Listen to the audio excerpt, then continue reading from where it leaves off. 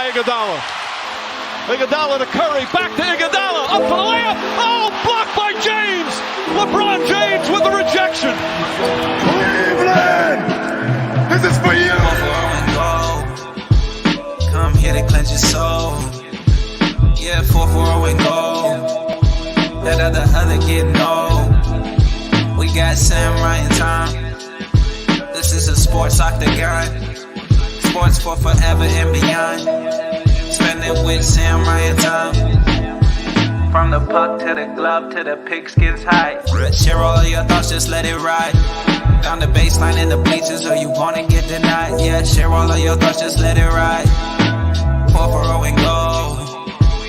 Come here to cleanse your soul. Yeah, it's 4-4 and go. Come here to cleanse your soul. The Browns Super Bowl contenders. Hey, listen, when we start talking about what wins Super Bowl, we talk about talent. The Browns, they have the talent. They have it.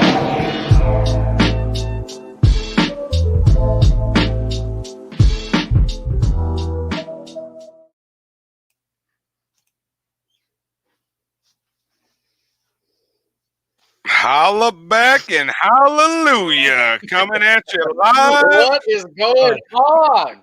On a What's up, guys? Tuesday. What is today? Thursday? Live Thursday. from my basement Oh, my good man.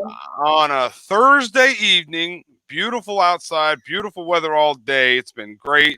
If anyone noticed, I did put a little video of myself driving in the Jeep, and I think my niece cursed at me for driving and filming, but it was very safe. So, and I was on a back road. But it was great. Very, very fun topics. Well, really one main topic tonight that we're going to hit on here in a little bit, and that is we are going to talk about some sports cards. And I am pumped. Sweet. Pump. I couldn't tell you how many found out times some stuff about my sports cards that I did not know actually was there. And I'm Jamie so is now a multimillionaire. Now a multimillionaire. Within the last 4 minutes, he is he's paying off all his debt. Let's just put it that way. So it's going to be great. Sammy has gone from drinking Walmart bottled water to exclusively Evian. That's exactly it. Nice. I would have thought more I'm like not a even Fuji drinking Evian. type. Look, I'm making so much. I'm gonna have so much money here. I'm gonna drink Fuji. I'm gonna flush my toilet with Fuji or Fiji. Nice. Fiji. Fuji. There you go, brother. Let it ride. Let it ride. What up, Coach Rich, who's becoming to be one of our main attractions Regular on the show. watchers. Yeah. Pump boy. Coming in hot. Pump boy. Pumping for Christ. Here we go. And Danny Reed. So that is on the agenda with some of the common man moments. Oh.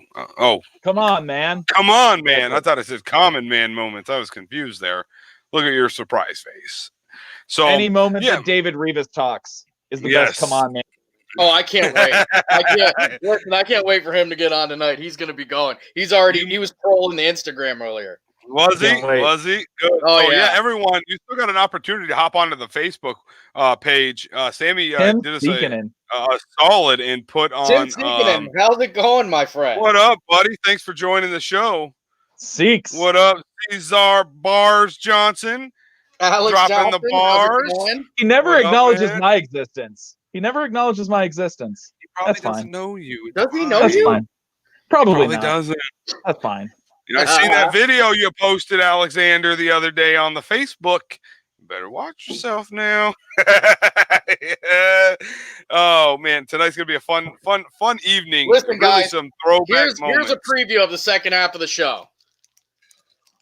I've got about 7 packs of football cards from ranges from 1989 to 1992. Yep. We have got 7 packs of basketball cards, ranges from 1989 to 1992. And then we got this beauty right here. Now, I'm not opening all of them, but we do have a complete 1990 set. And we're going to pick 7 random cards on there. And we're going to see if we can't unbox something cool in front of everybody. I would like to let everyone know I did try to convince Sammy to like try to sell the best card out of the pack. I don't know how to put it, but he absolutely refused because he said, something's gonna pop up out of there worth like 20 grand or something. Yeah, here's the and thing. I ain't giving it to It would nobody. be a great idea for me to throw it out there like, all right, we're gonna do a giveaway. Yeah, boy. And he said, we'll give it away. And here's the problem. With my luck, I'd pull out like a Nolan Ryan misprint card, that's worth like $10,000. And I love all of you viewers, but if you think I'm giving that away, boy, you really don't know me by now. No way, man. He won't even donate it back to the 440 Golf Fund that we haven't started yet. Listen, if I Let me unbox tell a you. $10,000 card, Yes, we are gonna have a 440 goal setup like nobody's business. We're gonna look like WFUN when they were actually having a show. All right. he might buy a Look at building the down on Main Barstool Street reporters. and still have money left over right now, boys. Yeah. I'm gonna sing like Hootie and the Blowfish. Here we With go. a little love. And some And tenderness. the nails. Yeah, boy. So we're up to 19 viewers. Man, that jumped high. What's up, everybody? Thank everyone for joining. BP23 is in the building. Who is BP23? That is Brennan Palm. That was his ICQ handle back in the day. BP20. He probably still has it. Let's be honest. Is You ICQ probably still a have thing? ICQ too. I probably do. You think Google saved my password so I can get in without questioning it? Nah, bro. That'd be Probably nice. Netscape, though. Next Oh, show we that's do is good going to be for that. live on ICQ. Yep, there it is. Can I have a Scott Mitchell? What's a Scott Mitchell, Sammy? Because that's your boy AJ. You usually got to pay extra for that. What up, David Revis? Thanks for joining the show, buddy. You know it's all love, and we love it when you come on here, man. Here Every we time, go. man. Bust some Already. chops. Yep. Daddy Yankees, younger, sicker brother. No, he didn't. Come on, man. Just getting it rolling right off the rip. Live David for 12 Rivas minutes. is my favorite. He is my favorite Don Omar lookalike. I love you. Let's go. Yes. Oh, Marcus Parker joining the show. What up, player? I need my Hank Aaron hieroglyphic card back. You got me back. Little league days. Oh, Yeah. man. This So- show's so going to be listen. live. So everyone knows we weren't of the era where we put our crap in the bicycle to make it sound like a muffler, whatever. So Speak for we yourself. we did care about our cars. I will tell you guys, me and Sammy got in numerous fist fights over the course of our early years. So I've known Sammy since he was 5 and I was 5, and it was a lot of fist fights, a lot of arguing, a lot of debates, like we've talked about before, about Jim Thome being way better than Manny Ramirez. We all know the truth. Yeah, And it's that's how fine. everybody knows your takes are crap. Right. Yep. There it is. There it is. But There you go. tonight's going to be an interesting show. It's going to be great. I'm waiting for Sammy Right. here. I don't know if he's tying his shoe or fishing for something in a bucket. What is This it? bad boy right here. This bad And boy it's right here. Red zone. Me and Ryan were not allowed to hang out for about 3 weeks because we got Yep. into a physical altercation over this bad boy right here. What were we trying to? That was so. What you're saying is that was my card at one point in time. I don't know whose card it was. It had to have been because you bamboozled me, probably with like, I don't know, some offensive lineman, and you said he was going to be a stud, and just completely lied. I would imagine. I offered you a Tim Jomey, and you took it. Yep. Somehow there's a washing machine involved. And I got Well, that out of the respect. deal. Don't disrespect offensive lineman cards. What if he had a Merlin Olsen? Didn't happen. That was good, Dave. I love Yep. that. I love that. So David says Sammy tried to sell NOS kits to those in wheelchairs at the hospital for their stimulus checks. Come Hey, on, Nothing wrong with man. that. Do you know Nothing what? wrong Do you with know that. what? There's this wise man named Jay-Z, Sean Carter, and he said you can't knock the hustle. So Oh yeah. I don't know. let's get this COVID crap Well, out of the what way is so that, I can Tom? start Is that having a something good That's Jay-Z time. Rock does? Nation. Rock Nation. Yeah. Get out of here. Rock Nation. Oh, I thought that was Diamond Dallas Page. Yeah, baby. DP. But anyway, so COVID update, which I wanted to scroll on the bottom, but it is what it is. So we're going to leave it right there. Let me share my screen here, folks. Give me 1 second. Popping it up. Make sure you All get right, that bikini shot of you down. Yes, you got it. So let me zoom in here a little bit. I thought I had it zoomed, but obviously I didn't. And I'm going to scroll over here to the right, just touch. Okay, so Ashtabula County, 263 confirmed cases as of today, 28 deaths. And that is a pretty decent spike. What do you guys remember the number? I think we were only at like 250 or something like that, 245. Yeah, but we were only I at think 26 deaths. Yeah, We so were we only had at 2 26 deaths deaths. and I think 13 new cases. Yeah, it's still Okay. serious. Yeah. So, Telling you. yeah.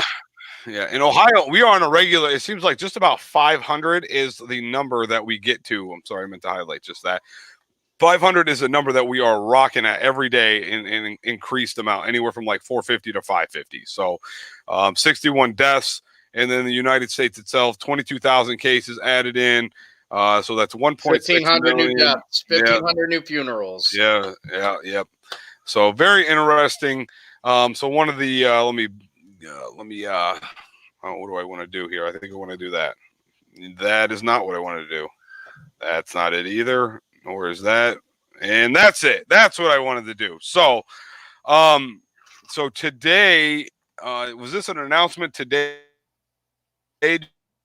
About the You guys know with let me pop this up on the bottom. Scroll down there as soon as it goes. Or I'm sorry, dining in today. So that started today, correct? Like you can walk into Red Lobster and get you a what's that fish meal where you Surf get and everything, whatever. The captain's Surf and platter, turf. baby. You can go into that is true. That is absolutely true. So you today can walk into Red Lobster, sit down with your family, and get the surf and turf. So that's very interesting. I am very interested in how the numbers, what is going to happen by Saturday. So everyone remember 263 confirmed cases. You know who probably knows? Who? Bo knows. Bo knows. Bo knows. So yes, 200. That's Bo and Kirby Puckett before he got diabetes. Kirby Puckett before diabetes. Pre-diabetes. Oh. You know what, Ryan, what's really interesting, kind of to touch on a little bit, we're talking about the restaurants opening for dine-in. So I work out in Madison, and there's quite a few restaurants out by where I work. And when I was driving by today, Joey's. No one there, man. No one there. Yeah, Joey's, no one. Mary's Diner, no one. Shoot, what's that one Mexican restaurant? Don Tequila, no one. I don't think you're going to see anybody until this weekend. Yeah. I will tell you this, the way the forecast looks, 75, 80, 82, 80, 78. Yep. People are going to go out. People are going to go out. I'll be floating in a raft in my pool, I'll tell you that. One thing I did see, I saw that Eddie's Grill is not opening up until mid-June. That's going to be interesting. I think I was talking did we talk about that last segment about Eddie's Grill? How that's going to affect actually all of Geneva? No. Yeah, I can't wait. Yeah. So I actually live in Geneva, for those that don't know. And Rich, I have been to a gym, first of all, Globo Gym. Okay. Second of all, I have a Planet Fitness membership. Okay. Them, baby. I only weigh 242. I'm not that fat. Anyway, so it's God, I forgot what I was even gonna say. Thanks a lot, Joe Rich. Thanks a lot, man. So we were talking about Geneva on the Lake. Oh, yeah. So what a lot of people don't know is I actually live in Geneva. I live right in the middle of it. And we're talking about Grape Jamboree being canceled. We're talking about, Geneva on the Lake not really opening in full capacity or to full capacity. So I'm kind of nervous to see what the economy in my city that I live in is going to be like, man. Right. Like Geneva depends on a lot of that stuff. God, it's just going to be a very interesting time for Geneva. It's going to be very crazy. I put this guy in a sleeve when I was a kid because he looked like Mike Tyson. It's the only reason. Who I don't is even that? know. I don't even know if he made the team. Yep. Yep. All right. Yeah, it should be interesting. Geneva itself. I mean, I don't know how that's all going to play out. I could tell you, everyone probably that's watching the show has been to Geneva on the Lake at some point in time and trying to get a foot-long hot dog over at the Eddie's Grill. Yeah, that's bumper to bumper anytime past noon, regardless of the day. So it should be it should be interesting how that's going to all pan out. But who just said that? Someone just said, is that official? Yeah, Wine and Walleye has been canceled. That is very depressing. That's one of my favorite things that go on in Ashtabula County. Favorite things. There aren't going to be any summer festivals. They're not. Cleveland canceled everything for the year. Are they really? Yeah. Done. So they're done. There's not going to be festivals. So the only thing you can hope now is that you can go to a banquet that helps. I wonder what's going to happen with like a place like Blossom. I'm wondering that too. You know, my wife actually has tickets to a concert over the summer, and I don't know if they're going to be able to go because, I mean, nothing's been announced officially yet. But I know this. I know Ohio State said even when they do open, the stadium's only going to be allowed to have 20,000 people in a stadium that holds 100,000. That's crazy, dude. And that's in the. I think they're all going to be like this, saying 6 feet apart, 6 feet apart. I mean, I just don't know how they're going to police the situation, you know, to manage it, and it's just I just don't get it. The Ohio State Stadium is going to be as empty as Michigan's during bowl season. So there you go, Live Nation. Yeah. Oh. Hey, God, Sammy. Yes, just hating on them. But Jessica said that. Well, I'm trying to get to it. But he keeps popping up. Announced. She said the Live Nation canceled all the concerts this summer. So it was announced. That was the part that I was trying to get to second. Later on the year, they opened the Hard Rock Casino tonight at 8. Ooh, so that's down in Florida. That should be interesting. Thanks for that little tidbit there, Casinos Joe. are not open in Ohio, though. No, not in Ohio. That's down in Florida. And that is a massive – I've been there once. That is a massive casino. That is not the over there in Erie, that – small casino. That's about, I don't know, 10 of those casinos put into one. That's the most Florida thing I've ever heard in my life. What's that? That the casinos are opening? Yeah, that's so Florida. Right. That's so Florida, it's almost Texas. That's so Florida, it's almost Texas, and it's a quarter California. All right. So Sammy had already said it once, but banquet halls with 300 people, June 1st. So I guess if you're getting married, you can have a wedding reception, per se. Just 300 people or less. So, but that's another. I mean, what are they going to have everyone check their temperature on the way in? You know, no, dude, it's going to be a complete disaster because when the 301st person shows up to one of these weddings here in Ashtabula, and it's any one of 25 families that you try and tell no, and there's a fist fight at the door at the Port Andrews Center. I mean, good for you. Good on you, buddy. Good for you. Like right. Hawkins says, good for you. Good for you. Yeah, it should be very interesting what's going to happen. Listen, guys, everybody watching, send me invites. I will send my RSVP back with a no. But I will send you a card. Let's see. My wife is telling me I'm ignoring all of her comments. I may be going crazy. Oh, Becky pulled her comments. I don't see one. Any. Yeah. Is she watching our show or somebody else? There it is. Oh, man. Wait, she got one. No, the Backstreet Boys are you watching us or somebody else? The Backstreet Boys are postponed, told their fans to hold on to their tickets. They need to quit playing games with their heart, man. I'll tell you what. Listen, AJ Long has anyone didn't get that. Listen, people, if you go to a wedding and you see a red thermometer, I bet you'll think twice before you walk in there. I won't. I'm game. Are you trying to get rocked or not? I mean, let's be honest. We don't go to weddings anymore for cake. You know what a red thermometer is, right? Yeah. It's a thermometer? I do. I do. That's the thermometer that goes up the old cornhole. Hey, it is what it is. That's all it takes to get a little bit of beer. I'm down. I'm down. Ladies and gentlemen, the line has been drawn. Yes.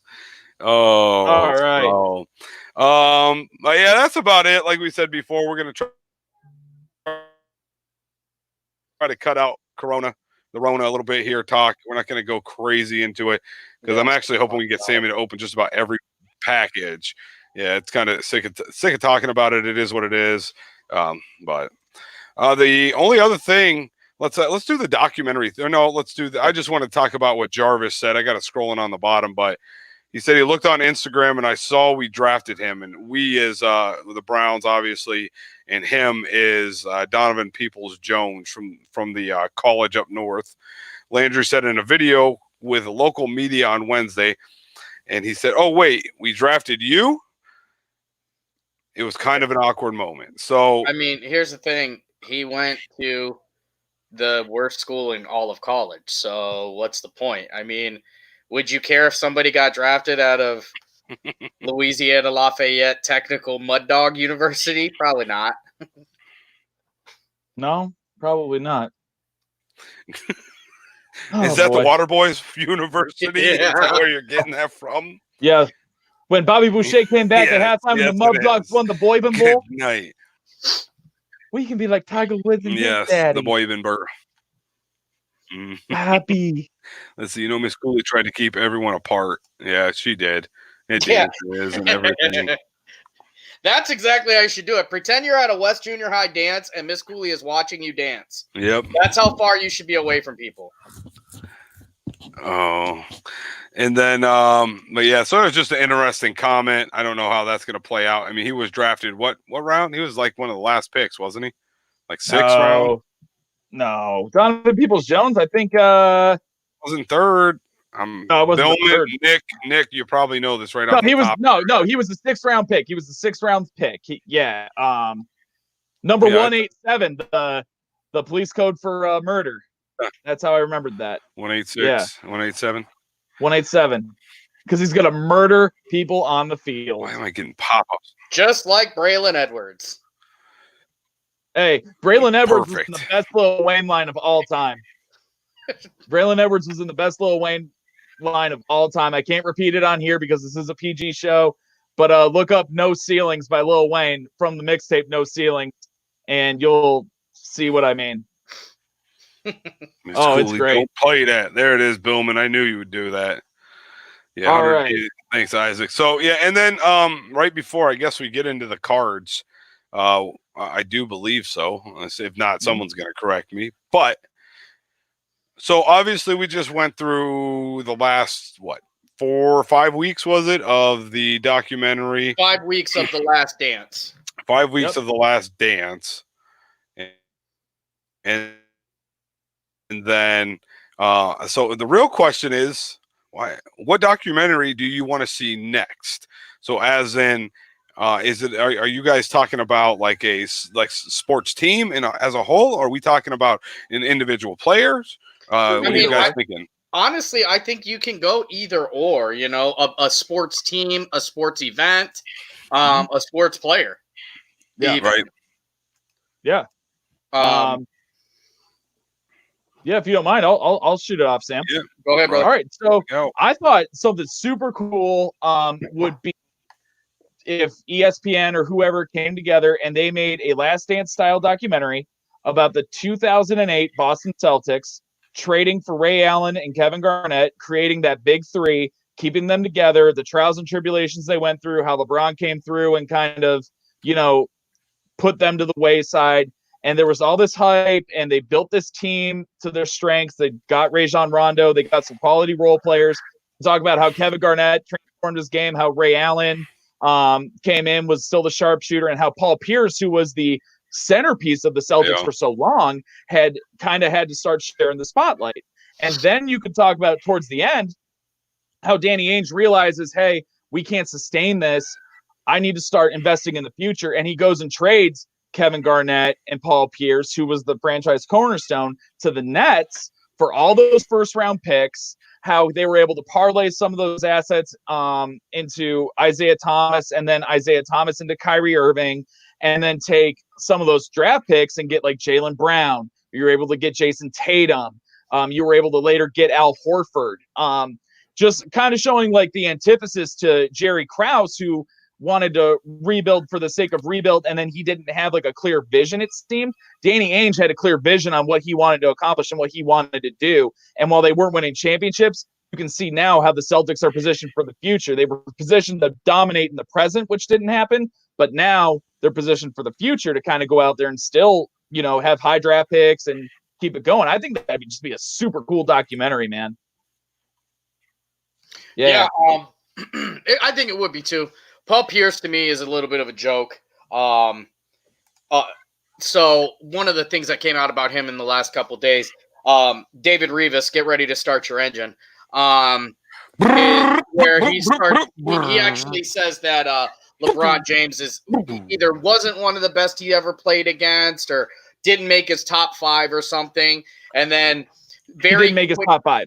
Didn't make his top 5. And then very quickly they throw out a stat line, and LeBron James averaged about 45 points against him every time he played. It's ridiculous. And it's on one of the most historic efficiency percentages ever, too. Yeah. Like the efficiency percentage is disgusting. I was never, Paul Pierce, it really was a testament to his limitations. The fact that they had to bring in the big ticket and Ray Allen to make that team work. Rajon Rondo worked out so perfectly for that team, and he doesn't get anywhere near enough credit. No, Tony Allen, an elite defender.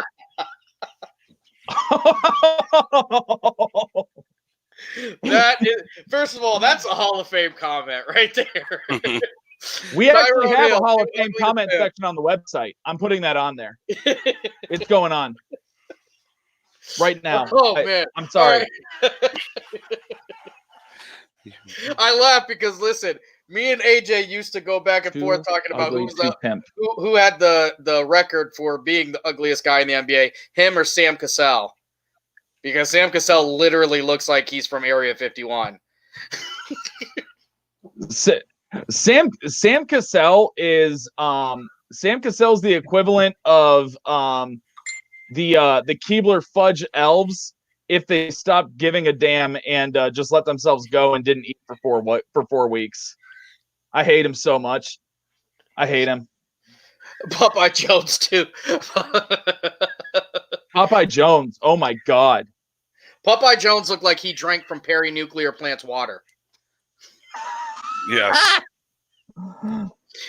Oh my God. So, all right, I got one for you guys. I'm gonna throw everyone a curveball. Okay, super big curveball, and because I have the ability, I'm gonna put them up on the screen. It's gonna be great. Does anyone remember this man? Yeah. Butterbean. I would love to see a documentary on Butterbean. There's probably one out there. Someone on the comment section is going to tell me. Butterbean's got the body of a lunch lady. Like, I mean, he was like the Chris Farley on steroids, just a little bit stronger. Maybe not as many drugs, but who knows? I mean, I don't know. But I think having Butterbean on a documentary would be epic. Listen, so a funny story about Butterbean, that relates to wrestling. At one time, WWF had like a King of the Ring boxing tournament. And what this did is it led up to a pay-per-view, and I can't remember if it was WrestleMania or SummerSlam or Royal Rumble, but all these boxing matches that they would have on Raw led up to the pay-per-view. Okay? So the winner of that match was Bart Gunn. And Bart Gunn literally was killing guys in his boxing matches, like knocking dudes out left and right, like out cold. So it was brawl for all. But what was the I can't remember what the actual pay-per-view where Bart Gunn gets to meet Butterbean in a legit like rules boxing match that lasted all of about a minute and a half. Butterbean hit him so hard that dude was drooling on the mat. It was WrestleMania 15. I do know that for a fact because my dad liked Butterbean, so he watched that. It was WrestleMania 15. So that's one of the things I'll always attribute to him is knocking Bart Gunn out. It was terrible. Like you felt bad for the guy. Like you don't really see that in boxing a lot where the dude literally goes to sleep while he's still standing. And when you do, it's really cool. But that was one of those. Oh man. So you're co-signing with me, Sammy. You would like to see a documentary on Butterbean? Oh, I think it'd be hilarious. But my documentary that I would actually like to see, and this is very, very, very Homer of me, is I would like to see a documentary on the 2016 World Series. That'd be sweet. I don't just want to see the Indian side of it. I think that they should talk about the love story between Joe Buck and Kyle Schwarber, how they found love in a broken place. Love in a loveless place. Yeah, I would love to hear the Cubs side of it, because the funny thing is about that is going into that World Series all the way up until that year, and I think AJ or people who've known me from before can attest to, I liked the Cubs. I always pulled for the Cubs. I would call for the Cubs to win go to the World Series for all the time, and that World Series, I hate their guts now. As far as I'm concerned, they could never win another game, and that would be too soon. Because I am a firm believer, just the same way I'm a firm believer in that Michael Jordan got kicked out of basketball for gambling. I am a firm believer that MLB was not going to let a Chief Wahoo-led Cleveland Indians win the World Series. So we had the world's shortest rain delay in the middle of a rally, in the middle of the tribe rallying. I mean, listen, that Rajai Davis home run, even though we didn't win, goes down to me as one of the biggest moments in Cleveland history. I mean, it's still like I can remember that feeling of like him hitting a home run, and I was elated. It was a jolt, dude. And we were ready. I swear to God, had they not pulled that horse shit rain delay, we would have won the World Series that year. But MLB was not going to let the Cleveland Indians win the World Series that year because of the Chief Wahoo thing. So they figured they would give it to the Cubs. I almost want to put the video for that home run. I remember watching that when he hit that. Huge. I almost want to. Should I put the video up here for it? Can we watch the at bat? You guys want to do that? The Indians were on fire.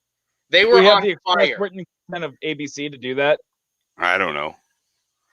I mean, all I know is, like I said, the Indians were absolutely on fire. They stopped it, killed the momentum, and then here come the Cubs. Yeah. So yeah, I think that would be interesting to see if I could get a different take. Well, it's because the Cubs were like a 12 times better team. Listen, Brendan, they were a 12 times better team every day but that day. Every day but that day. Because that day the tribe was putting it on those boys. And then they got this mythical rain delay that everybody knew didn't need to happen. They no sooner got the tarp on the field that they had to take it right back. All right, so Danny Reed says, I would like to see a documentary about, sorry, Tom, we'll take it off in a second, but the making of the greatest karaoke duo of all time and the build-up to one of the greatest one-night performance only. You talking about Milli Vanilli? People still telling their kids about it. He is talking about a legend. Milli Vanilli. Wait for it. Dairy dual karaoke performance between Danny Reed and yours truly, doing Backstreet Boys better than they could even do it. Backstreet's back, all right. I'll tell you what, I'd like to see that documentary. Brendan Palm, I can't even believe for 1 second that you would look at that game that way. You literally look like an Indians commercial in your promo pic. Yeah, let me put that up there. You guys are all wearing Indians gear. David and Ryan are like the Tommy Hilfiger models for the Cleveland Indians. It's kind of enviously disgusting. Man. Listen, that rain delay will go down as far as I'm concerned with the same lore as the frozen envelope, as the hand of God goal. The hand of God goal. And every other horse manure sports call. That rain delay was worse than the pass interference call for New Orleans in the playoffs 2 years ago. Wow. How's that? Well, stamp it. The non-call. The non-call. Said what you said. You said what you said. I said what I said. Respect it. Dean Callender, don't you start that happy horse. Yes, dropping the bombs. And then Marcus Parker, the tribe has fans. Yeah, I'm sorry, we don't all root for the Lions. I apologize, or the Memphis Grizzlies. How that one? When's the last time Detroit has been worth a damn? Whether it's the Tigers, I'm talking about the Tigers. He is Lions. a Tigers fan. He is absolutely a Tigers fan. The Tigers couldn't win with Justin Verlander, Chris Sale, Maglio Ordonez, Victor Martinez. Hey, They couldn't win with anyone. You shove that up your pie hole. Brandon, take that off the screen. Miguel Cabrera. I can ban you, AJ. Guess what, Brennan and Dean? You guys aren't Indians fans. I just called the Dolans. Let them know. You guys are Cubs fans, you hipsters. Yep. Dean is quietly a Pittsburgh Pirates fan anyway. Yes, he is. Yes, he is.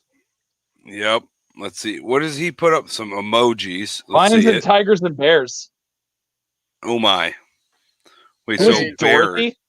What are the Bears? Yeah, I'm trying to think who the Bears are. Chicago? Detroit Lions, the Detroit Tigers. Shouldn't you have a lion, a tiger? He's right. The Memphis Grizzlies. It's Lions and Tigers and Grizzlies. Yeah, he is the lone Memphis Grizzly fan in the entire country. You have to explain in this chat how you become a Memphis Grizzlies fan. You have to, in some way. The only thing that Pedro Martinez needs a documentary about is that sweet scoop slam that he did on that Yankees on that 75-year-old Yankees manager. Hey, Marcus brings up a good point. The Tribe never had a Triple Crown and Cy Young winner in the same season, but they also didn't win the World Series that year either. The Tigers couldn't win the World Series with that. So, I mean, kind of a moot point. But just like the Warriors going 73-9. But before we get too crazy, the Detroit Tigers have won a World Series since the advent of television with more than 12 channels. The Indians have not. Okay. So true. This is why I have a love-hate with them. Dean, yes, it's still kind of quiet. In your picture, it says the Cleveland Indians. See your image? That's a picture of you in a bow tie with a Tribe hat on. A really handsome style. Looking nice. I'm not talking about that. I mean, really nice smile. That's an award-winning smile. Feller. All right, let's move on to our business of the day because I'm ready for these cards. Oh, yeah. Heck yeah. Well, thanks for telling me who the business of the day was. It's all right. Lonesome Road Tattoo Parlor. How did I not know this? Hold on. Give me a second.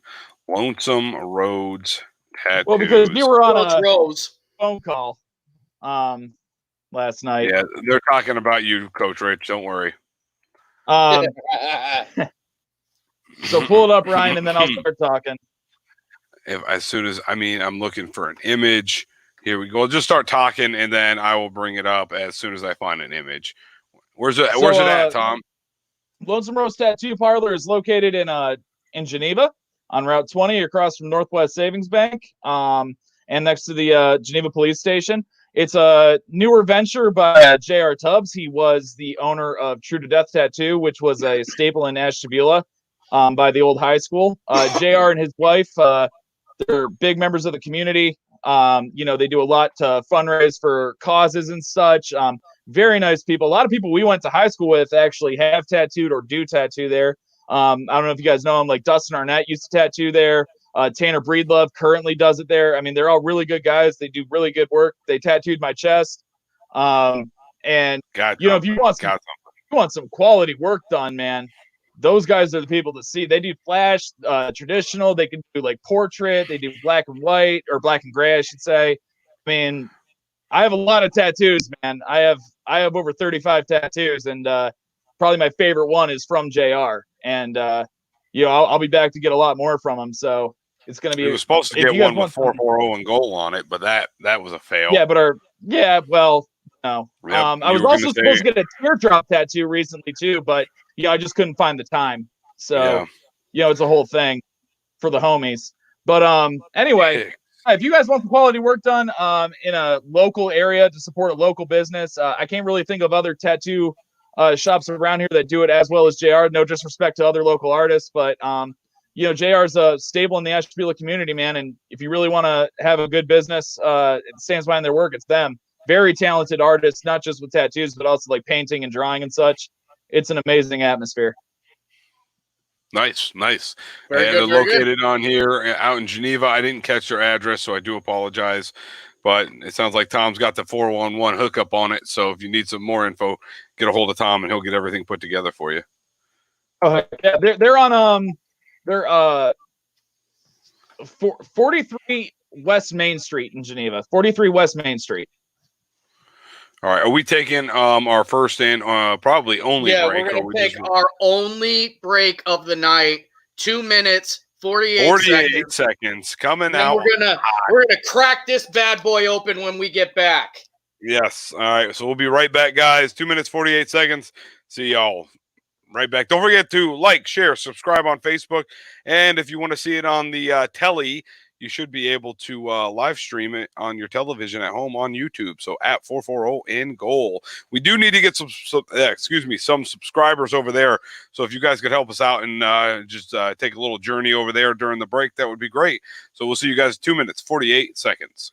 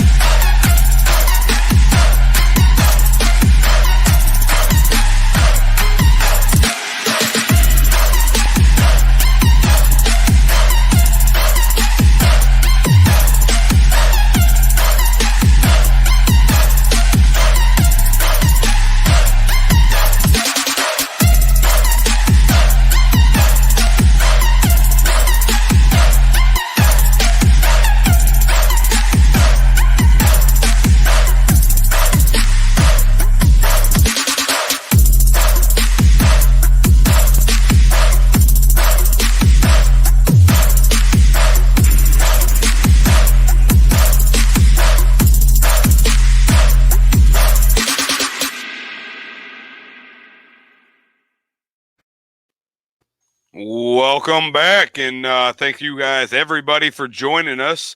440 in goal is live back again. We are getting ready to touch on some baseball cards, which I'm not going to lie, I've been pumped about this for 2 days. Sammy went out and even bought some cards, which I'm super excited about just to see what comes out of that crapshoot. It's like you know what? Baseball, basketball, football, soccer, whatever cards you were into as a kid, it was like the lottery for children under the age of 18.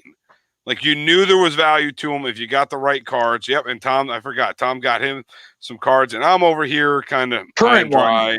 I screwed up a little bit and forgot to grab cards, but I got some old ones in here that I might bring up, but we'll see. But Dean, I found this gem, and because it's a pirate who I have no idea is very pretty though. You can have it whenever you see me next. Remind me, and I will give you whatever Gary Wilson is. Maybe he was a stud for the Pirates. I'm guessing not, but you can have that old doozy right there, buddy. So, well, I want to kind of show. So this is one of my favorite cards of all time. When I was a kid, I like to get, rare players, but more so than rare players, I like to get unique cards. And so like this one right here,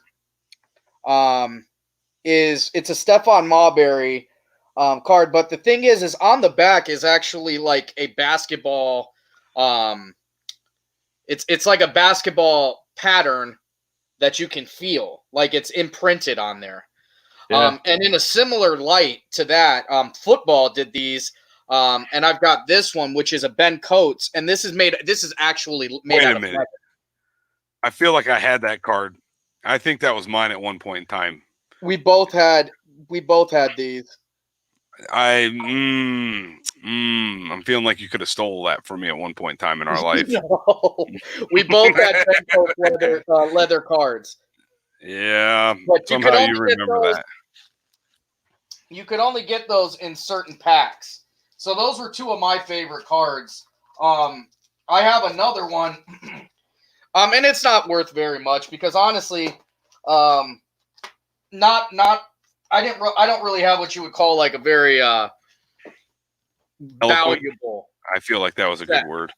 Eloquent. Is But that right, Tom? another one I had was a Manny Ramirez that was made out of. It had a piece of his bat. It had a little piece of the wood. Oh, sweet. Yeah, there's probably a little sprinkle of PEDs on there too. Passing around to everybody. Ryan, I'll never stop. I don't care. No, so this one right here is definitely my favorite of the Jordan cards. That's a sweet card, dude. Yeah, this was a holographic Jordan.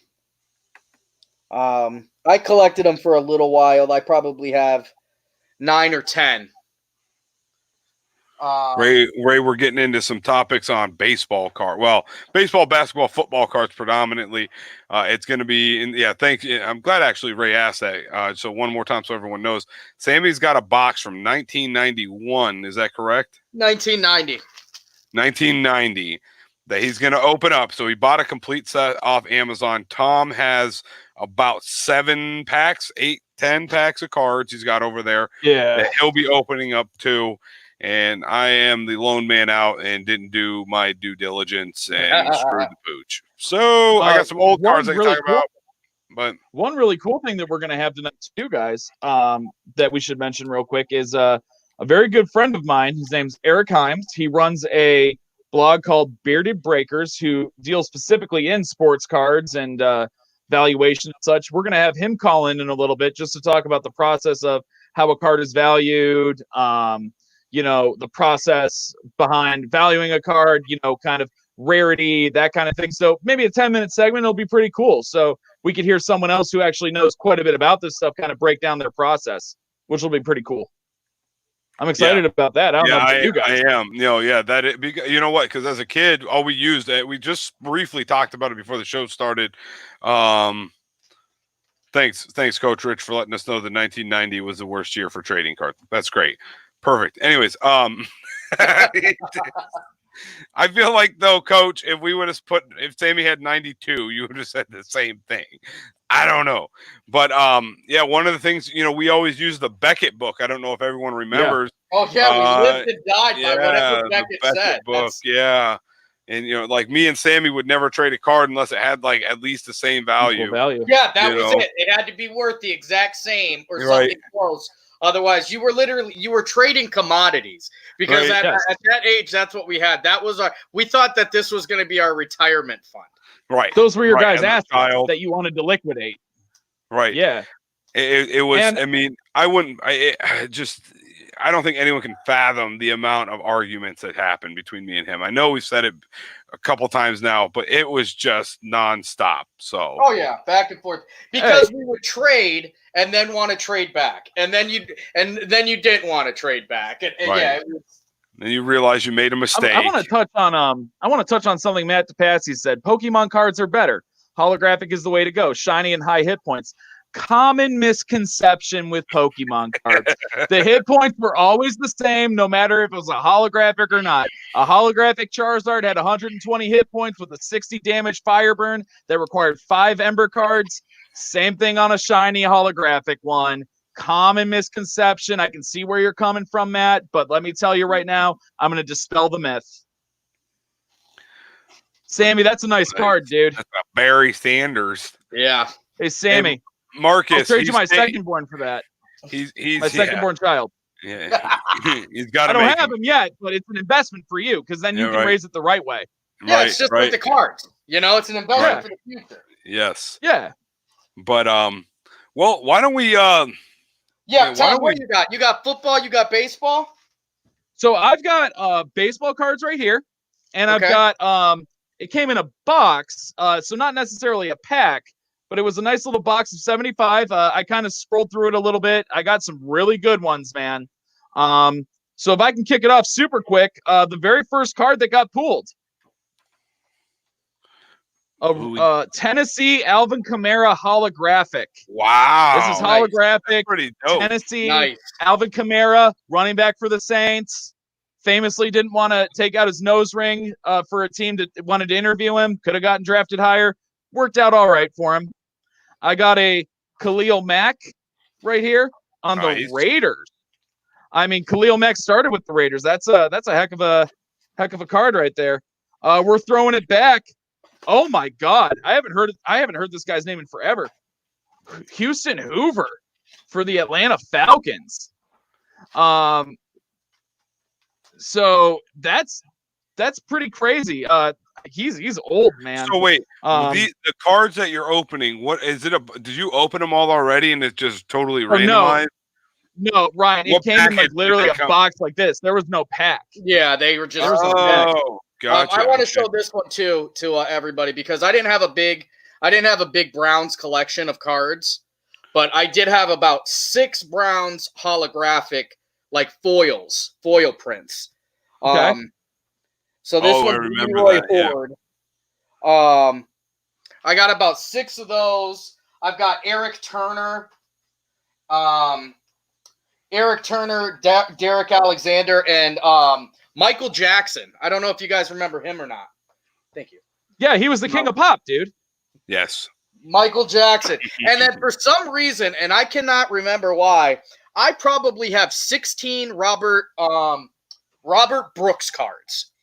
Oh my God, It was From just a Green Bay. one. Robert Brooks. Yeah. So, all right, guys. I'm gonna Oh, open man. this up. Guys, I just pulled a Kevin Dyson from the Tennessee Titans. I just pulled a Brian Blades, and look at this relic, Kerry Collins, dude. Oh my God, the last time Penn State had a competent quarterback. All right, so Oh, my you God. open up Boy. football. So I'm gonna open up Yes. football. Pump All Boy right, with baby. Eric Metcalf cards. All right, here we go. 1991, Upper Deck. As you can see, dude, still really? sealed. Bought this randomly off Amazon. Let's see what we got. I'm gonna try and open this so I don't wreck it. Yeah, I just remember as a kid trying to open them up as fast as you possibly can. Yeah, and you just destroy the packaging, Yeah. myself included. Right. All right. First card. We are taking bids. Oh yeah. Keith Jackson. No Oh, idea. nice. No idea who Keith Jackson was. Carl Mecklenburg. He was dope. Look at that Denver, Mecklenburg. the D for Denver in that card. Fred Young. Oh, by Fred Young. the way, so The Pump baseball cards do. Boy, he's got gum, and he said he's going to eat a piece. He did. Dermontti Dawson. No idea. Everybody Never heard who's of him. watching this right now, if you know these players, give us some stories because I don't know any of these people right now. Stanley Richard, rookie card from Texas. Oh, he was on The Office, wasn't he? Oh, here we go. Coming in hot. You guys might know this guy is Cool Joe. Ooh. Oh, Upper Deck, Joe Montana. Upper Deck, Joe Montana. Joe That's Montana. That's a pretty cool one right there. Joe Montana. yeah, it is. Uh, I said Joe Christian- Montana. hold on, sorry. Christian Okoye. Wow. Oh, wow. He was sick. That man was a Yeah, he beast coming was. out of college. Do you know who he is, Sammy? I do remember him. Yeah. Here's another one. Listen, you want to talk you guys want to talk about a guy who just kind of hung around the league. There's a guy who just kind of hung Yeah. around the league. Vinny. Oh, Vinny. And look at the Vinny. Tampa Bay when he looked. That was Tampa Bay when they looked like Captain Morgan. Yep. The Tampa Bay Buccaneers. All right, we got Terry Bobby McDaniel.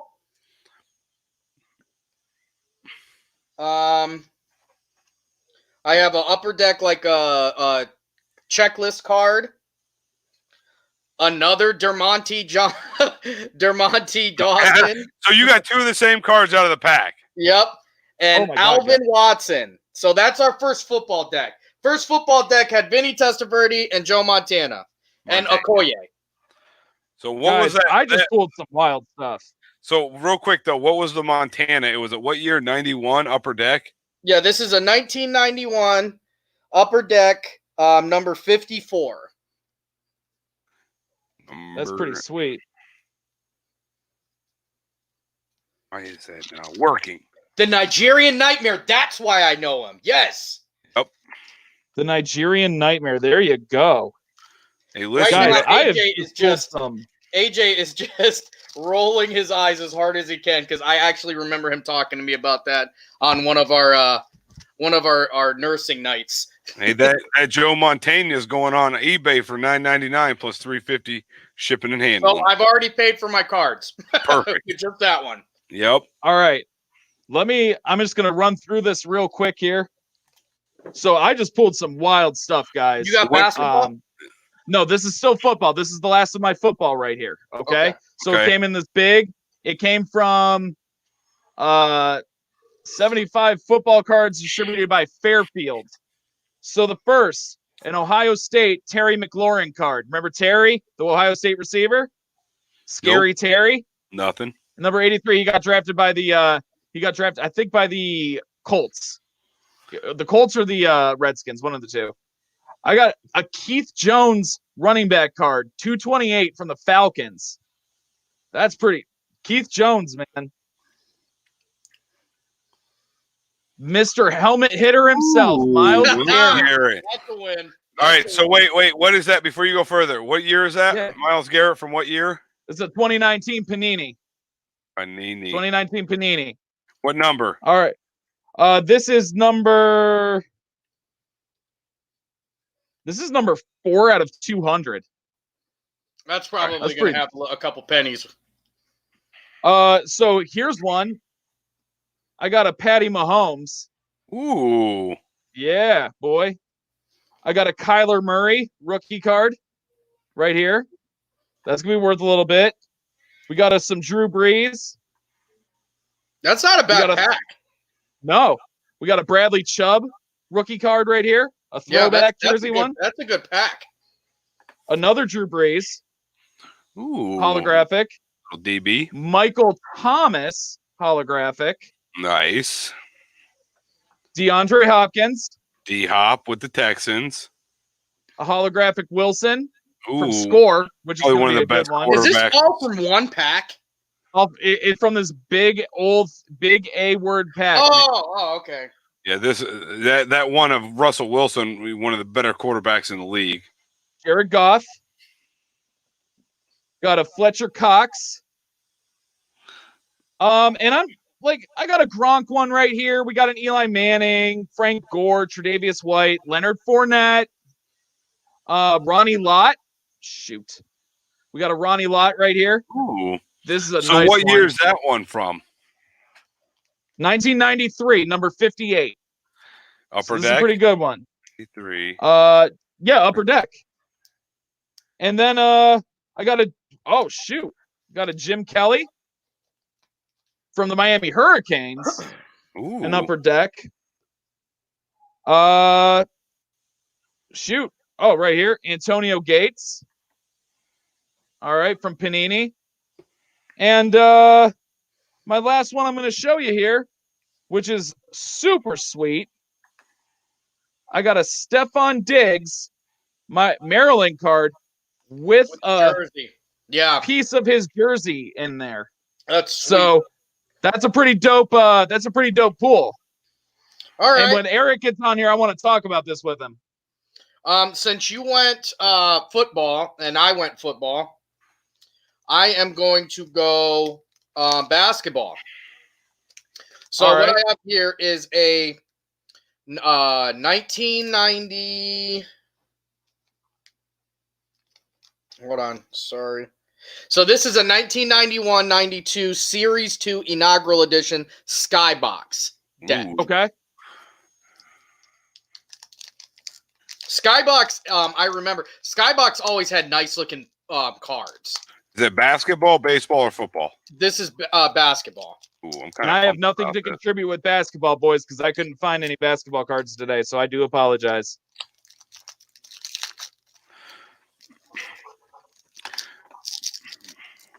My favorite card was a Luke Longley one. though. No, John, it's not the Antiques Road Show.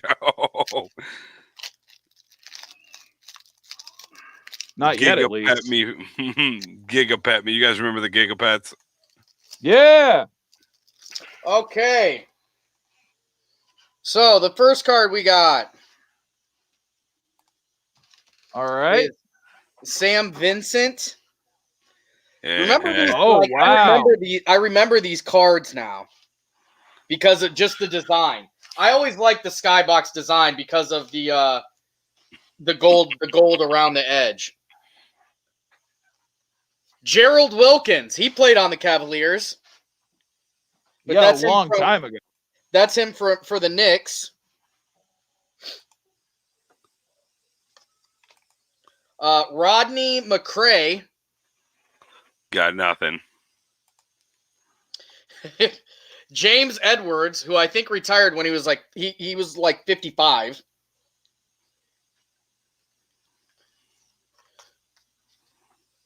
Bill Cartwright, who cried when Scottie Pippen missed a shot.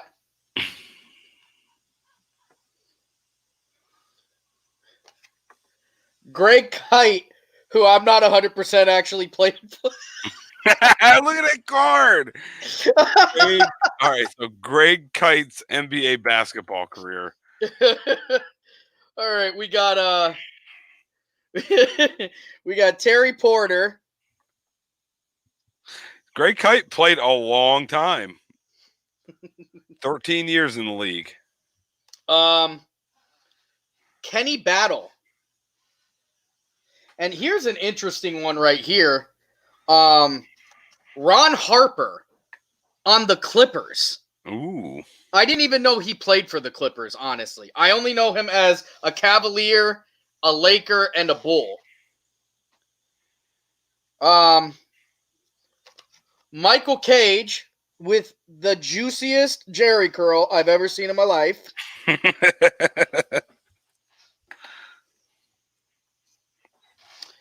Wes Unseld as a coach.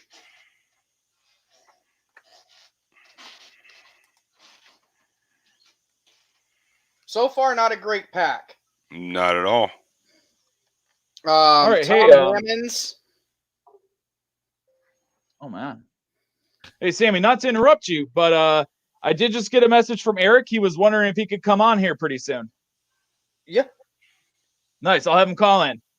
Jeff Grayer. Purvis Ellison and Purvis. Horace Grant before he told. Before he snitched. Before he snitched. So that card, I would give that pack a C-. That might be a D at the end of the night. I hate to say it, but I remember that was one of the problems about buying cards. Back in the day, was you would get the turds. Like you would get a whole pack of nothing but turds. Yep. All right, what do you got, Tom? What do you got? I got baseball now, man. I got baseball. And we will get interrupted here. My buddy Eric will be calling in here in a moment. Oh, is he calling right. in? This is He's open. going to call in. Unopened pack. Right here. All right. So, let me get a knife here to open this bad boy.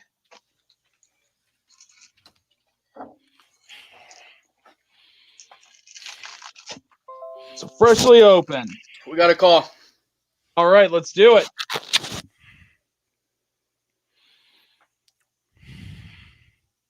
Call from Eric. To accept, press 1. To send a voicemail, press 2. Eric, welcome to the show. What is up, everybody? Go ahead, Tom. Talk. Hey, Eric, how's it going, buddy? Oh, did he just hang up? Somehow we lost the call. Right. Go ahead and go again. Yeah, go ahead and call again, Eric.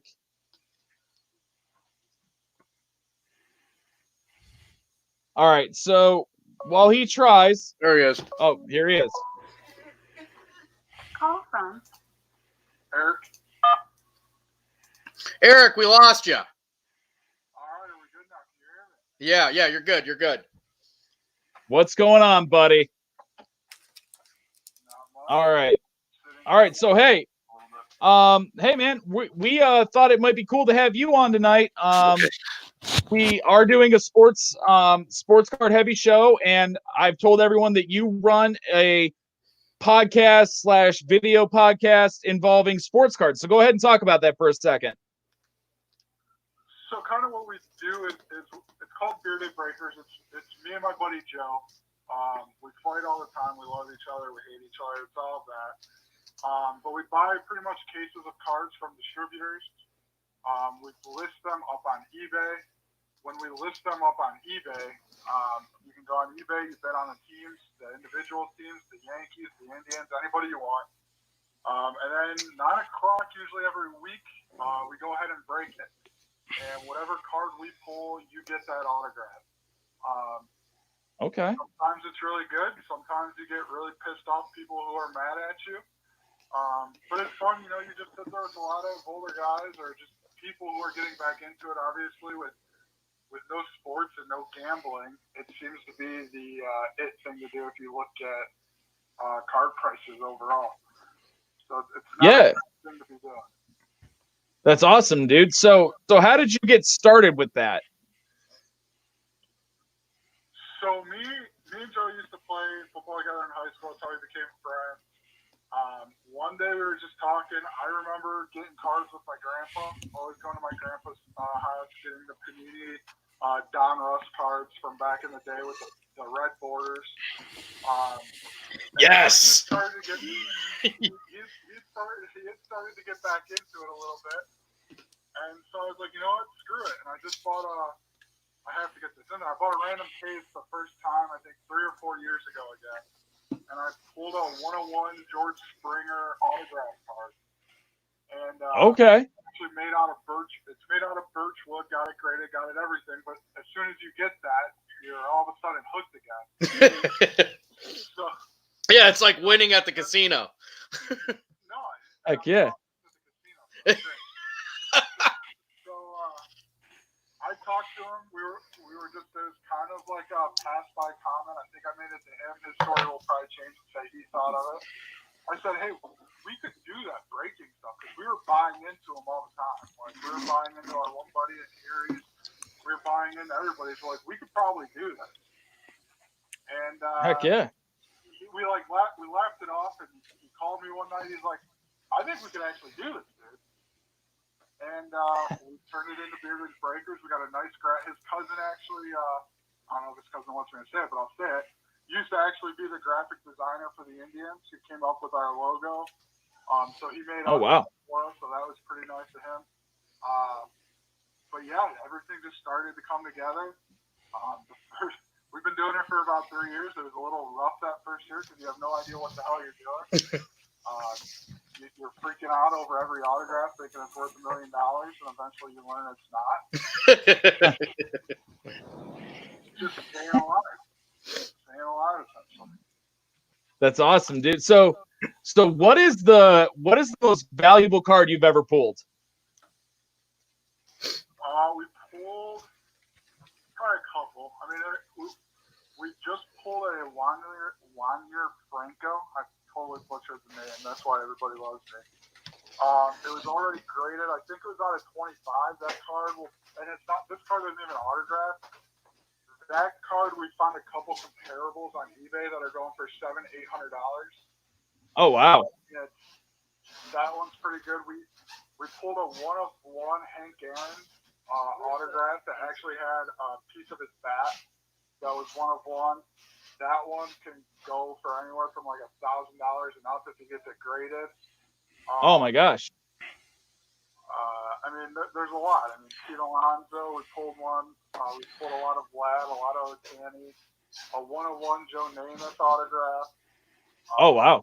I think it's a 3 out of 5. It's actually Vlad Jr.'s sock from a game. So, Oh my gosh! At this point, when you've been doing it for 3 years, you see so much crazy stuff. Yeah. Some of it you get mad and wish you could just keep the cards because some of them are crazy. But no, I mean it's fun to pull them like Trout. I'm just looking through our Instagram page right now and just looking at some of the ones we've hit. Aaron Judge. I mean, all those kind of cards are worth a pretty penny. Warren Sapp. Oh my gosh! So you say autographed. So you say autographed. So these are actually autographed by the players. So this isn't like the old days where you'd like go to a flea market and buy a box of cards and hopefully you're going to find a couple nice ones. These are ones that like actually are going to have some value. People have put effort into. Yeah, I mean, so I personally don't like the Walmart cards or anything like that, just because I feel like your chances of getting a hit are way less. Mm-hmm. The cards we're buying are from distributors that come from Topps, that come from Paninis, that come from Leaf. And Panini, I said Panini. I'm thinking about food, obviously. So Eric, hey, this is Ryan. I just got a quick question. Is this something like this card? These packs that you're talking about, are they just wrapped in like cellophane, like you would typically buy from Walmart, or is it just in like kind of a randomized box and you buy a box? And how are boxes priced? I mean, you know.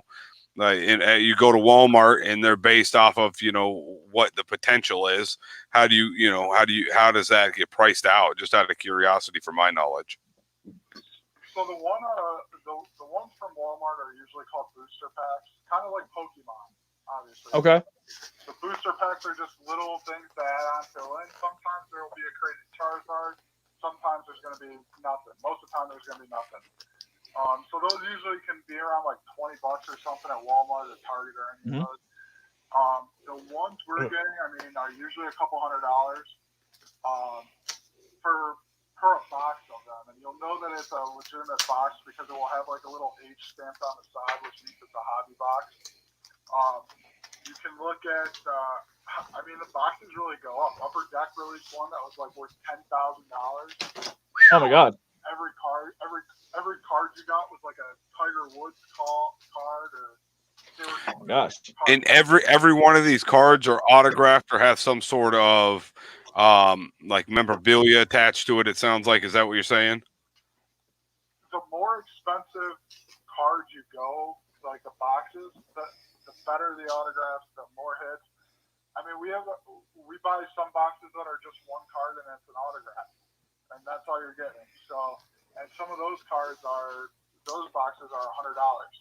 I mean, we pulled a Mike Trout out of 25 out of one of those, but my buddies. Oh, wow. We also buy, like, I really like, what I like to collect is the baseball bats, and it's literally just a random box. They send you a box, you have no idea what's in it, you open the box, there's a baseball bat. Congratulations, I hope you're happy. Wow. So I like those, but then you end up with dumb autograph. Like, I have a David Wells autographed bat. Here's a fat. Oh, my gosh. Only hit one double his whole career. But then again, I also have a Pete Rose autographed bat. I have a Joe Adele autographed bat, which I don't know if you guys know Joe Adele. He's like the number 3 prospect in baseball right now, and they're saying if we trade Frankie to the Angels, he's probably one of the pieces. I don't want that to happen for my own selfish reasons with Joe Adele. But I mean, it's crazy. My friend got a Ryan Healy ball. Ball's worth $20, but you could get a Hank Aaron ball that's worth $7, $8, $9, $1,000. So it's all just, it's random. It is like gambling. So do you have because you see so many cards, what is your favorite just design? Because I at some point I think you guys have to appreciate the look of the cards, because I think some places make, I guess, prettier, if you will, cards than others. So do you have a favorite company that designs, like, you know, when you pull that company, the picture's going to be great, the graphics going to be great? The one me and my buddy really love, it's called it's Top Stadium Club. And it's not kind of like any other type of card, because the whole front of it is a picture of the player. So there's not like a border around it. There's nothing around it, which I think it makes it a little bit better. And it's I think they're more action photos, stuff like that. So that's why I like those ones more.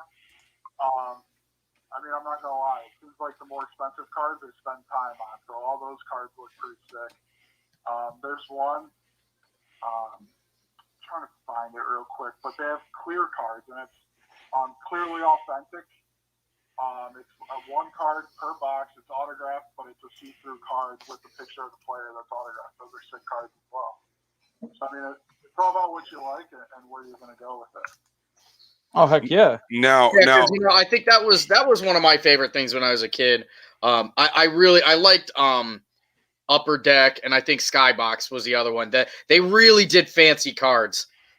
like they weren't just your run of the mill. There was always some like crazy foil or you know, they made it a basketball, or they'd stitch a baseball into it or something crazy like that. So it's not really an issue, but the hard thing with baseball is the MLB sold all the rights to Topps. So anytime you want a Topps card, if you want like the little cheap Wahoo or the C or whatever they're putting on it now, you have to get a Topps card. If you don't care about that, and like I said, I like Panini Donruss. Those are some of the old classic 90s looking cards. They won't have logos on it. It will just say Cleveland. They can't put logos on it because they don't have the rights to put logos on it. So that kind of sucks. And when Topps kind of got that, Upper Deck, everybody else kind of just stopped making them. Like I said, Panini will make them. Panini makes a lot of baseball cards. Topps obviously does. But everybody else is kind of weary on it, and they don't as much because they have to blank out all the logos and stuff like that on the card. Oh, wow. I didn't know that. That's crazy.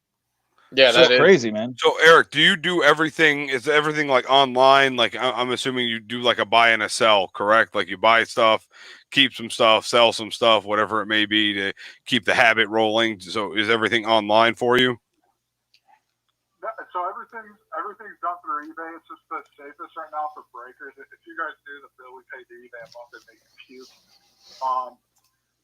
You buy teams through eBay, essentially. So this week, unfortunately, we don't have any breaks because when everything shut down, I mean, that affected the card industry too. They limited production of cards. They stopped making cards. What that did for us, though, is we had enough stock to kind of push us up until this week. Thankfully. So this is going to be the first week that I guess will kind of impact us, but then we're supposed to get deliveries next week. So hopefully we're only down for a week. But no, so we get the cards from the distributor. Every Tuesday we'll post the listings on eBay. Our eBay name is Bearded Breakers. You go on eBay. Normally you'll see Things you can bid on and purchase. You buy the team, and then it's literally you tune into Twitch on Sunday. We open the cards, and like last week, we pulled a Gleyber Torres autograph. Oh my God! And it was actually his rookie card. So whoever has the Yankees got their money back, plus having a rookie of Torres. Now you could tear his ACL, never play again, and then the card's probably worth nothing. But as of right now, if you were to sell it right now, I mean, listen, I don't know if you guys have looked. The prices of cards right now on eBay are absolutely insane. They are wild. Yeah, I've seen a couple that are ridiculous. It's nuts. So usually what happens when you buy stuff like anything on eBay, the last 5 minutes is when you get the most action on anything. Right. There's like a LeBron rookie card right now. Like normally it would sell maybe for like $100. It's selling for $11,000, and that was of this morning. It still has 6 days left on it, and it had 93 bids on it. I mean, that's insane. Right. That doesn't happen. And obviously, with the Jordan doc that came out, all his cards are going crazy right now. Scottie Pippen's going crazy. All those guys. Kobe Bryant's are going crazy. So, actually, Sammy, do you want to bring up the one card, maybe? Yeah, let Eric know, man. Eric, Yeah. you're gonna have your mind blown, brother. I found I actually have his rookie card. That I never really considered too much value on it, but I seen it going on eBay for like $2,500, which is ridiculous to me. So let's find out. Like, are you watching the show at the same time, Eric? Yeah, it's a little on delay though. Right. So we'll have Sammy flash the card, and then I'm gonna try to look it up on eBay just to see where it's going. So all your business runs through eBay, is what it comes down to. It runs through eBay. We have all the social media pages. We have everything. People want to buy like just hobby boxes. We have those. We're starting. We haven't done it yet. We've discussed even breaking Pokemon cards because those are coming back again. Oh, that'd be nuts. We don't know how we would do it exactly, but we're trying to figure that out. But yeah, I mean, everything's just going crazy right now because, I mean, I know the economy and everything's bad, but people have money. I'm looking at the card. Who makes that card? That is Upper Deck. Upper Deck Collector's Choice, number 267. Does it have the rookie symbol on it?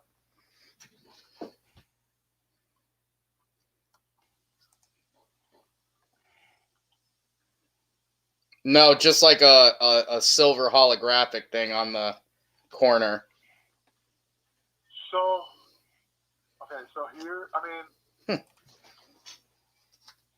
did you get it back then, or was it like did they re-release it? No, I would have bought that. I would have bought that in 1994 or 5, whenever that was released. That was when I was actually going to stores and buying packs of cards. So this is, trying to find it real quick. So this is where you're going to run into, because this is what me and my buddy who I do it with get into. So like I see it on here for $20. Mm-hmm. The thing is, people can ask whatever they want for a card. It doesn't mean it's going to sell for that. Right. I mean, it looks like, I mean, if you got it graded, which is risky, and I think they're currently not grading cards. And I would probably, if I were you, get it graded. Collectors are weird. They want it graded different ways. So, like, older cards, they want it graded by PSA. Newer cards, they want it graded by Beckett. It's a weird thing. There's different cutoffs.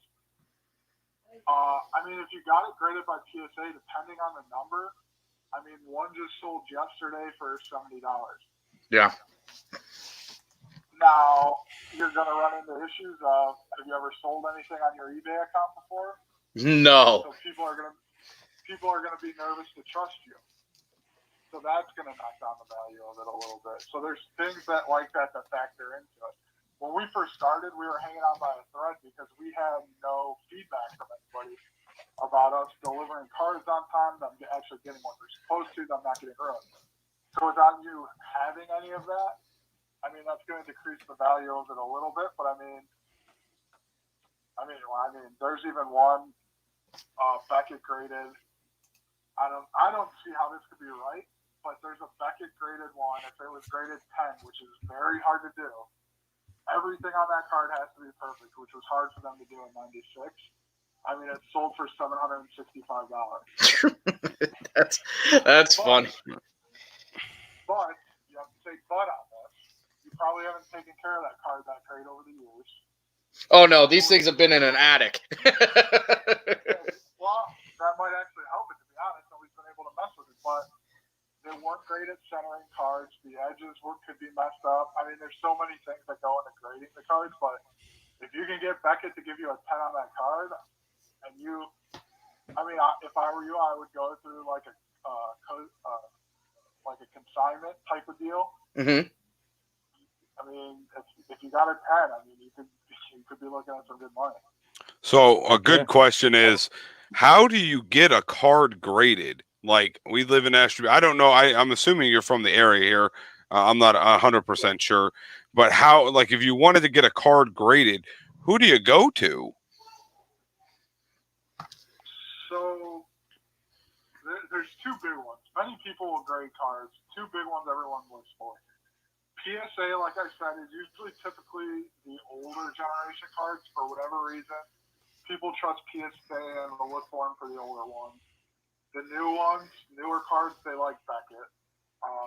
It does come down to the preference. My buddy, he loves PSA. He gets it done by PSA. He doesn't care. But like, do you send the card into PSA or Beckett, and then they send it back with a grading? So there's a couple different ways. You could do it that way, or they have I call it the National Nerd Show, or the card convention, which, if I'm not mistaken, usually rotates actually between Cleveland and Chicago every year, which I'm pretty sure they'll probably end up canceling it this year. It's usually in August. So if you go to the card show, if you go, I think pretty much any day except for the last day, you can actually drop off a card and they'll grade it there for you. And what they do is they put it in a hard case, they put it with the number on it, and they tell you what it is, and you can pick it up later that day at the convention. Okay. You a text and say, sweet. "Hey, your card's ready." You could mail it out. I get nervous personally, I would say, doing that because, I mean, we've all gotten mail that was all crinkled up and scrunched up. So if you have like a 101 Babe Ruth autograph, I mean, you got to be smart about it. Right. Now, we do have a question from the audience. Is there a cost associated with that? Yeah, so it depends. You can sometimes get into groups. We've talked about doing it before. Usually, I know in the past it's like $50 a card. But I mean, like the Kobe Bryant card, you don't get that Kobe Bryant card graded. It's worth $20, $40, $50. Mm-hmm. Graded and authenticated and everything like that. That's what makes it jump up the price. Okay. And some people, like, if you know you're never going to sell, like I have a Joey Bosa autograph, I have a Warren Sapp autograph, I have a Michael Thomas autograph. Those cards aren't going anywhere. So there's no point in me even putting those to grading unless I just wanted to save them and preserve them. But like the George Springer, I mean, I would sell that. I've been offered $500-600 for that. I would sell that in a heartbeat. That's why it's in safe, but I like seeing it. I don't know. I always say I'll sell it, but I'll never sell it. So another question coming in from the audience. Nick Billman asks, he has a 89 Upper Deck Ken Griffey Jr. rookie card. What would you estimate the value on something like that would be? That's probably, I mean, in card nerd language, it's the most controversial card there is. Because, so Upper Deck made it. It was Griffey's rookie year. So the issue with that is Upper Deck at the time, and there's actually a documentary on Netflix. It goes into this a lot deeper than what I can. But Upper Deck was kind of like a struggling company at the time. They really weren't doing that great. So Upper Deck released the 89 baseball series, which included the Griffey card in there. And everybody went crazy for the Griffey card. It went insane, blah, blah, blah, blah, blah. The issue is nobody knows truly how many Ken Griffey cards of the 89 are out there because Upper Deck, to save their company, just kept printing them and they didn't care. So it's a controversial thing because Upper Deck claims they've never done that, but there are people who say that they know that they've done that. Okay. Some people, once again, some people will pay like $20 for it ungraded. Other people, my buddy pulled one in a card store and a guy offered him $300 ungraded. Wow. Just right in front of him. Right. That's a So- big, You just big gotta catch disparity. them on the right day. Right. Yeah. So what Yeah. would you if that was a card? It sounds like you probably have, I don't know, probably half a dozen of those, you know, with the packs that you've bought, whatever it may be.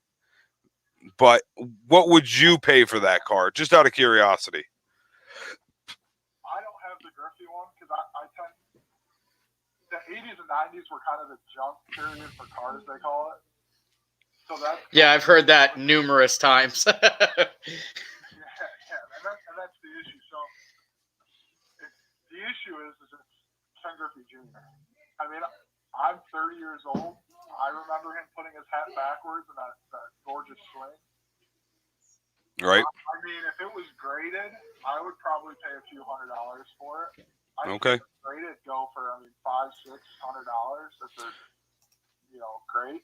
And It's all about personal preference. To be honest, I would love to have a Babe Ruth card. It's Babe Ruth. Who wouldn't want it? But the prices that Babe Ruth cards go for, like these autographs and stuff like that, I would never want to pay. I love Zeke, Ohio State guys. The cards I mentioned, the Michael Right. Brown, Joey Bosa card, they're in his Ohio State uniform. The Zeke card of the same cards I have of those guys is like $400 or $500 ungraded. Oh, wow. The raw card. I would never pay that for a Zeke card just because I love the guy. I wouldn't pay that. So it's just it's wild. It's wild. If you catch somebody on the right day, like I said, that Springer card, I've been offered $500-$600 for it. I've also been offered $200 for it. It's all about who you catch at the right time and all of that, and where you are too. If I'm in Houston, that card's going to sell for a lot more than here in Cleveland. Which probably presents a reason why you use eBay, because it kind of lets you allow to target every audience possible, hoping that you find someone that, yeah. Gotcha. Because eBay is like that worldwide market, whereas it's not like that centralized market like Ohio. Yeah, so that makes a lot of sense. And I mean, the worldwide market too is that's when you get the money for the Michael Jordans and the LeBron Jameses and the Kobes. I don't know. I mean, I'm sure there are, but I mean, those cards are going right now for such an insane amount. I mean, it's insane. My buddy for the past year has been doing nothing but buying LeBron cards, so he's been doing perfectly great on it. So it's just crazy. It's a crazy time right now because everybody's at home. I think some people are getting itchy to spend their money, and they're reliving their childhood by buying The sports Right. card. Yeah. So a question I have: if somebody wanted one of these boxes per se that you speak of that are authenticated, do you have to be like some sort of dealer, or can I, contact someone, or can I contact you and get hooked up, or is it, So yeah, I mean, you can inquire from us. I mean, you can reach out, like I said, on any of our social media. I think they're all just Bearded Breakers. And if you go on our website, beardedbreakers.com, everything's on there. And you can send us a message. You can send us an email. If we can get it, we'll let you know. We'll let you know the prices. Right now, it's really hard to get stuff. So if you ask for a certain thing, I mean, there's a good chance that it's either going to be a no, or I mean, certain boxes that we could have paid $40 for are going for over $100. So it all depends on what you're willing to buy. Usually to get like a distributor's license and stuff like that, you have to have an actual brick and mortar store, or you have to have technically like a tax ID number and stuff just to set up accounts with right? the cards. That makes sense. And DBA, correct, right? You can also go on eBay and buy the cards. I mean, you could search for a certain brand of card. People will sell individual boxes. But right now, it's just, I mean, it's insane. It's crazy.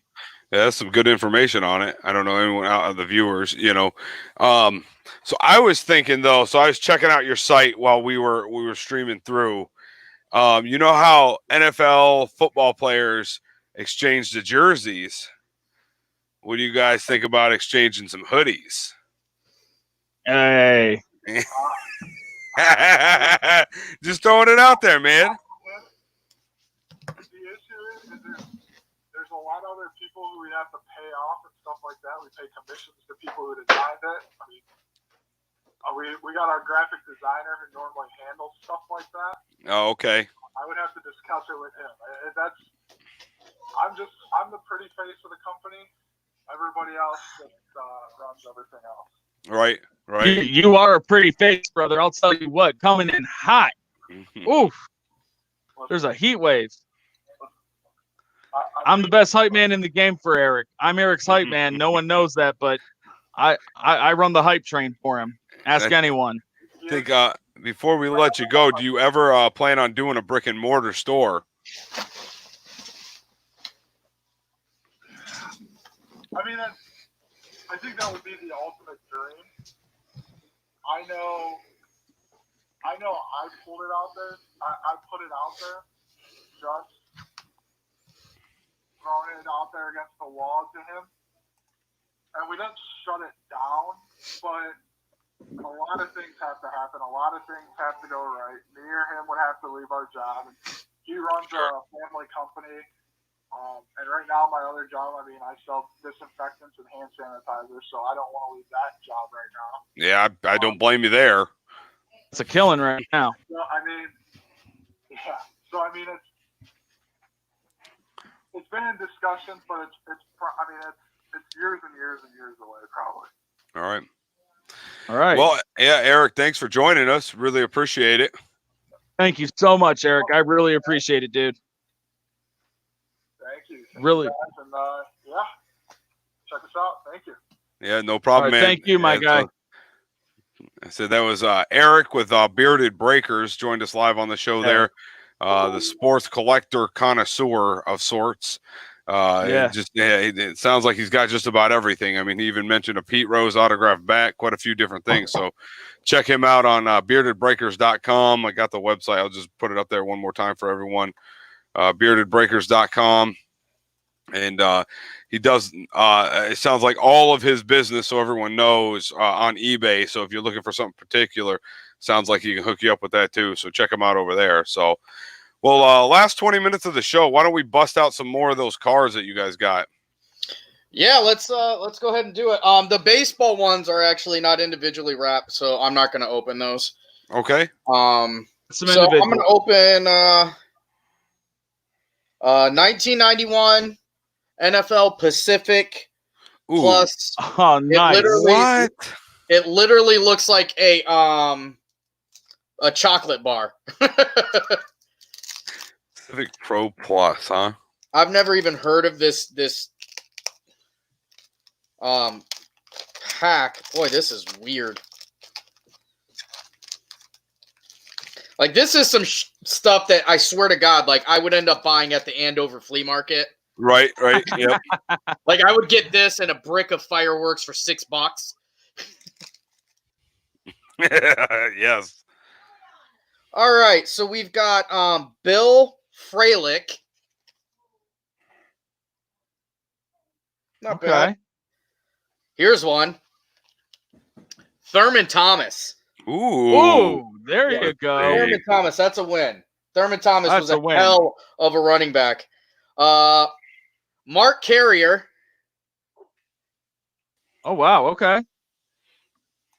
The gentleman that you will see in every single golf outing in Cleveland ever, Kevin Mack. Mack. Boy. Yeah. Here's one. Georgia quarterback, Andre Ware. Wow. Oh my gosh.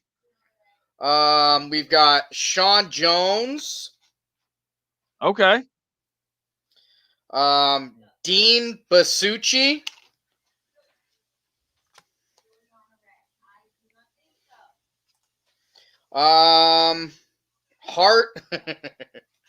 Hartley Dykes. You guys remember Hartley Dykes? No, I don't. That man was cursed from birth. I he was. believe this is the only kicker in the Hall of Fame. Martin Anderson. Yes. Oh man. More than likely. I thought he was that the still playing Saints for the version? Saints. Yeah. That is the Yeah. same. I was pretty sure he was still playing for him. You got Tim McDonald, McDonald. a McDonald. Chris Miller, Leonard Smith, and wow. Trace Armstrong. Not a strong pack. All right. Bust it got up. 2019 baseball. No. Who's it Open by? up here. Who's it by? This was just in that big pack, so I think it's a variety. Apparently, Frelick was in WrestleMania 1. I did not know that. Oh wow! So I got a Panini Yadier Molina. I love Yadier Molina. We've got a Masters of the Game Clayton Kershaw from Panini. Wow. Love Kershaw. Looking like a Nashville country singer. You know what? This is all Panini. I've got a George Brett from the Kansas City Royals. This is a pretty cool card. It's got like it's like kind of sunk in right here and got ridges. This is pretty cool. Oh my God. Guys. I got a Joe DiMaggio. Nice. What? I've got a Joe DiMaggio. What's it say right here. about the year on the back of that? Like, what is it? I'm just curious. Well, it's a 2019. reprint. 2019. Yeah, it's. I mean, it's not Yeah, like it's a reprint, but it's still Joe DiMaggio. Yeah, it's Joe DiMaggio though. Right. I know. I get it. I'm just And now curious. I've got Reese McGuire, probably the most useless catcher of all time. I kind of want to burn my hands now just because I even touched that. I hated Reese McGuire. All right, Sammy, go up, boy. All right, we got. I'm gonna do another basketball. So we've got a NBA Upper Deck basketball. This is 1991, 1992. Supposedly, this is still there's supposed to be holographics in this thing. Okay.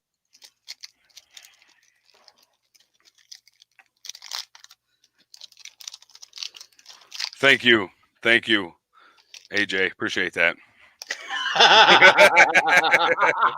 He was no Tommy. He was no Tommy because he wasn't worthless. All right.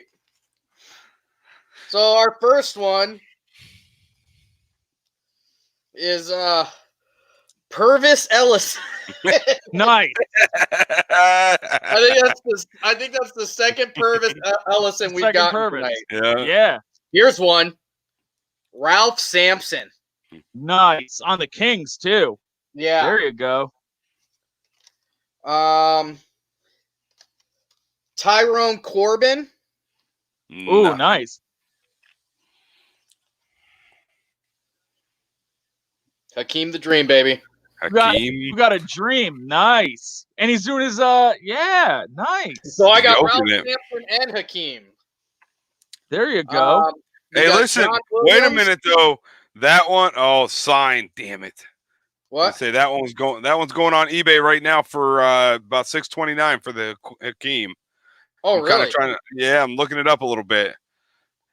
Michael Williams. Okay. The most underpaid man in the NBA. Scottie Pippen. Scottie Pippen. Now that one. I wonder what that card's going Got a checklist. Here you go. You're my boy, Blue. You're my boy, Blue. All right. Okay, Hey. and then we've got a PSA card. Do not A do Michael drugs. Jordan PSA card. What is it? Michael Jordan PSA. What is that? It says,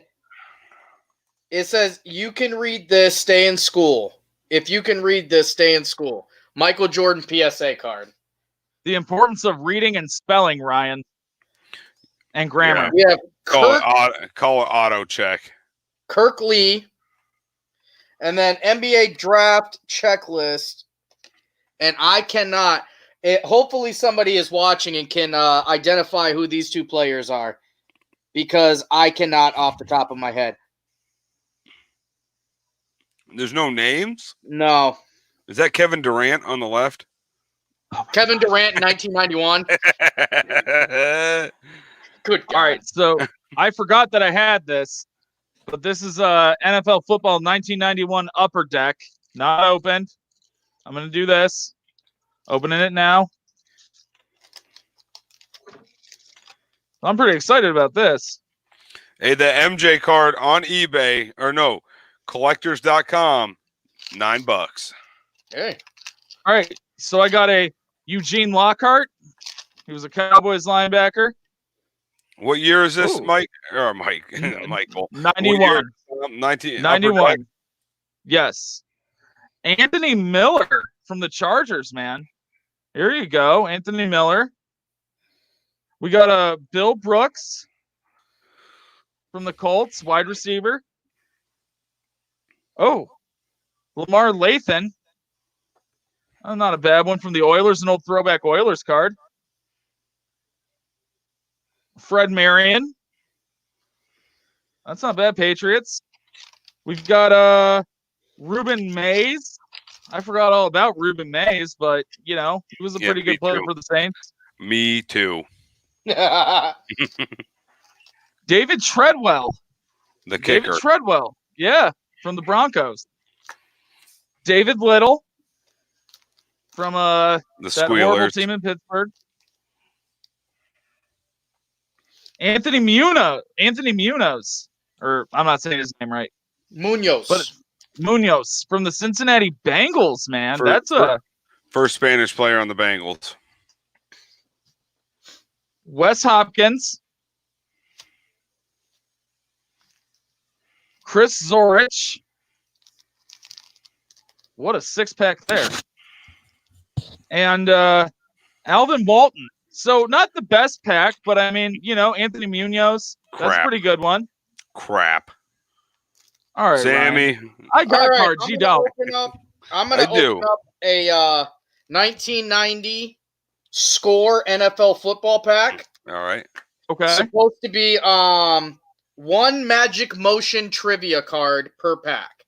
So let's see what that one is. Magic, Sammy? Magic Motion. Yeah. Oh, I was going to say Magic the Gathering. Now we're getting a little wild. All right. Here we go. Trying to not destroy the packaging. Who cares? Just rip it open. All right. This is a lot of cards, so I'm going to kind of fly through them. Alan Take your time. Leon White. Dino Hackett. Dino Hackett. I'm telling you, man, this was my life when I got cards right here. This was my entire life. Yeah, just throw it behind you. Ray Childress. Eric McMillan. Harry Newsome. That's Jake's cousin. Oh, we got a holographic card. Can't really see it. Oh, yeah, you can. Yeah, I don't think anyone cares about it. 3 teams have made only one Super Bowl appearance and won their games. Or have made only one Super Bowl appearance and won their games. Name 2 of them at that time. They were the Jets and the Bears and the Giants. Yep.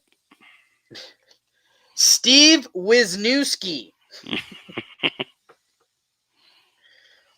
Gary Clark. Mark Bavaro. Here's a good one. Bruce Matthews. Bruce Matthews was a stud. Oh, wow. He was. Bruce Matthews was a stud. Chris Jackie. Jackie. Greg, wait a minute. Greg Bell. Tony Mandarich. Wasn't Tony Mandarich like the man for a while? I feel like this guy was thought of as like one of the best tackles in the game, or he might even be in the Hall of Fame. I know he was a first-round pick by the Packers, I believe. Second overall. I think he might be a Hall of Famer. And this guy, I'm almost positive, is a Hall of Famer. Rookie card, Cortez Kennedy. Ooh. Oh, wow. Also a rookie card, John Freese. Ooh. And, Let me see the rookie card one more time. Of what, Cortez? Yeah. Okay, I'm just curious. I'm looking. Yeah, he's wearing his Hey man, if you get that PSA, it's showing on the eBay $44.97. Hey, that's not. I mean, obviously this is a brand new card, so I've got a Diamond Kings from Panini. Ooh, that should be good. Were they all Panini that you bought? What year? 2019? Yeah, it says 2019 on it. Oh, okay. One of my favorite pitchers right now. Uh-huh. Aaron Nola. Okay. Kevin Kramer. Oh, wow. Forrest Whitley. Forrest Whitley from the Astros. Oh, my gosh. Oh, my gosh.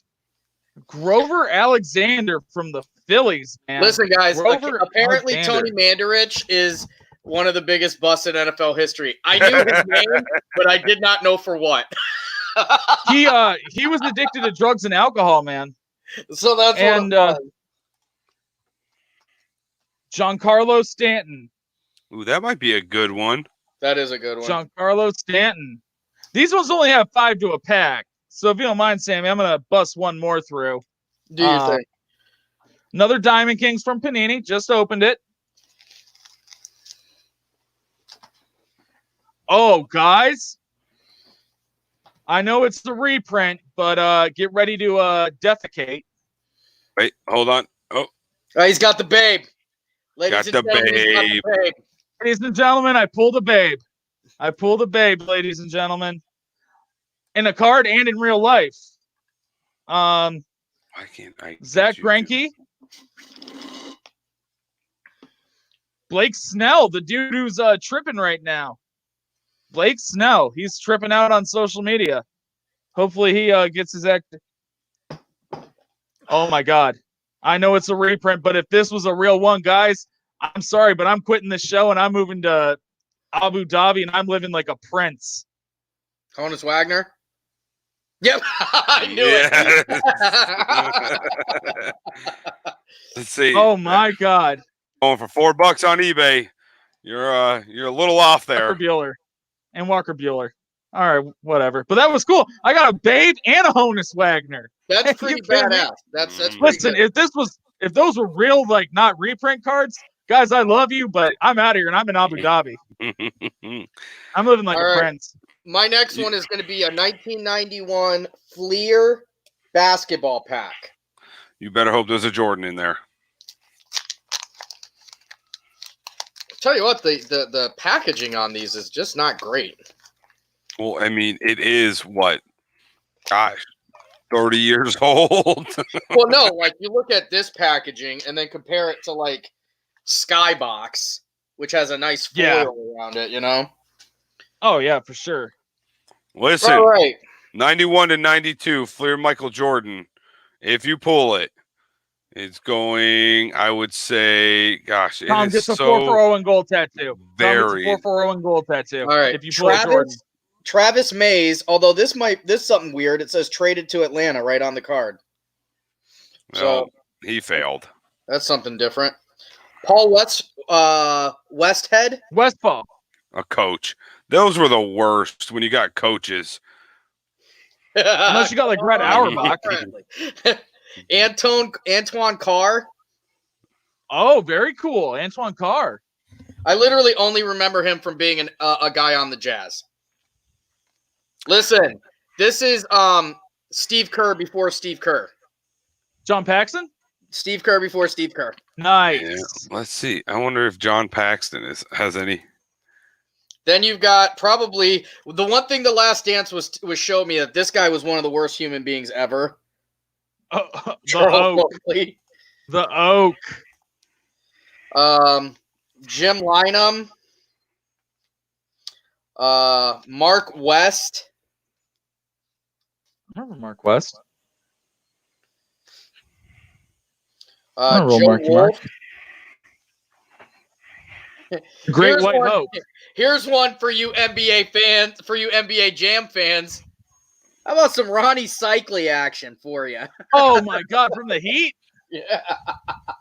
Nice. Then you got Gene Littles, and then a weird Michael Jordan card. Oh, you pulled a Jordan. 441 goal tattoo. No, it's not a Jordan. It's like an all-star card. Oh, never mind. It's a weird one. Here's one. Here's one I actually did like back in the day. Mitch Richmond. Oh, Mitch. Then we got Johnny Dawkins and Celtics legend Casey Jones. Casey Jones. That pack is like a C. All right. I've got two coming. Yeah, we got to start moving because guess what? I have like 7 packs to go still. Oh, not bad. Scherzer on the Nationals. Christian Stewart. I'm going to go on my app pile. I got another Aaron Nola. So I'm hitting on one of my favorite pitchers. That's cool.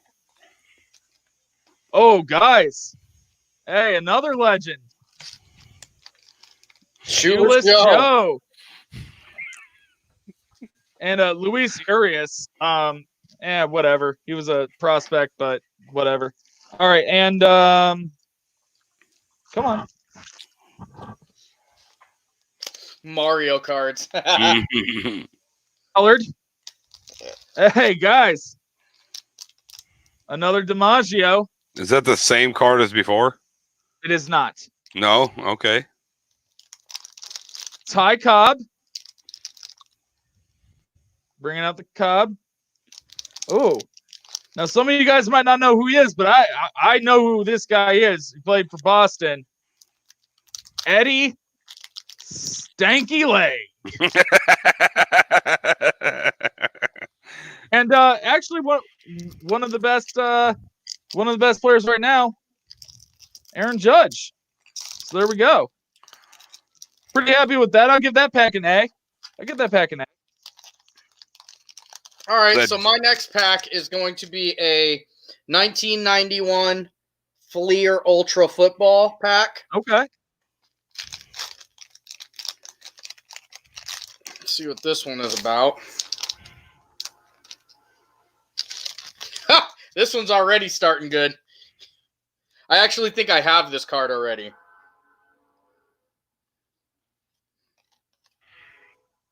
Emmitt Smith. Nice. Here's one. Cleveland Browns fans. Clay Matthews. Clay. Senior. Hey, that Emmitt Smith card's got some decent value, I will tell you. Yeah? Yes. I at some point, I don't know exactly how, but the first one that popped up showed $30. We got Tim Clemry. Okay. From the Bengals. We got Jim. If you call me Chris again, I'll break your neck, Everett.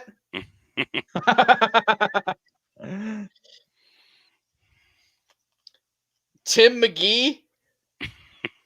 Oh, wow. One of my favorite football names of all time, Altoon.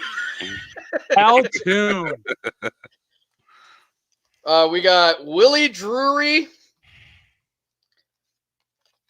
Sammy Smith,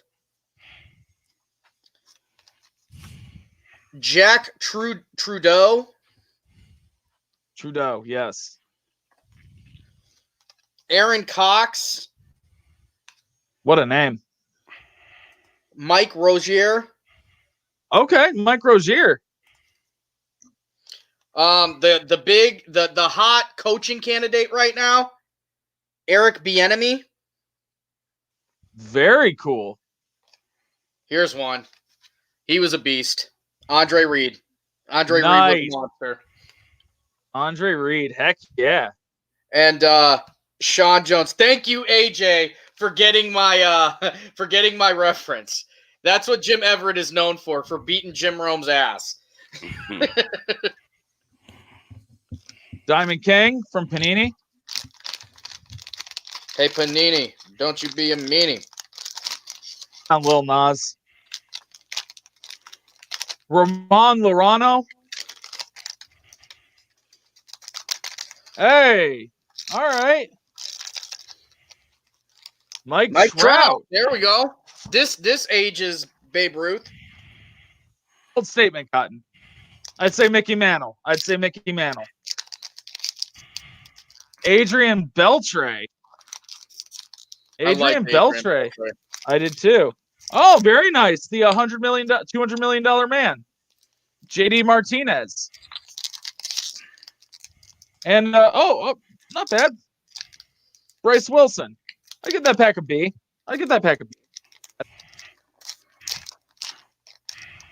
Trout and Beltre saved it for sure, but it's all water under the fridge, boys. I'm opening up a 1991 Skybox pack right now. I'm just gonna start going through them now with you guys. Do it, baby. Do it.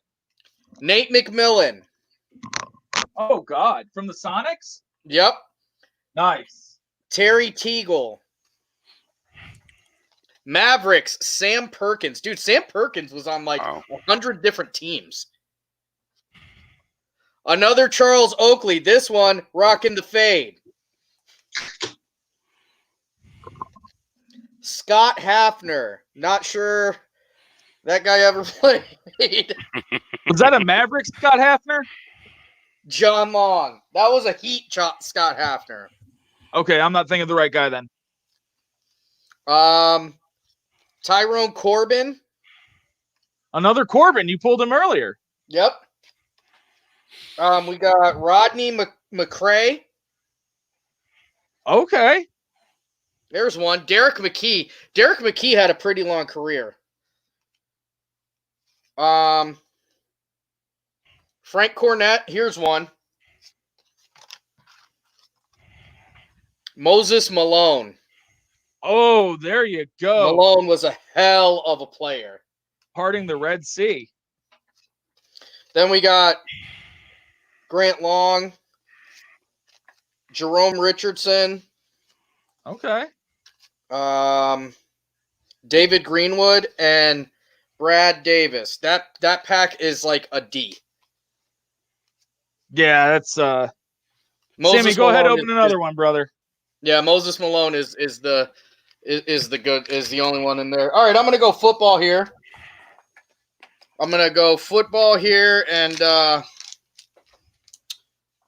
Fleer Premier Edition. Okay.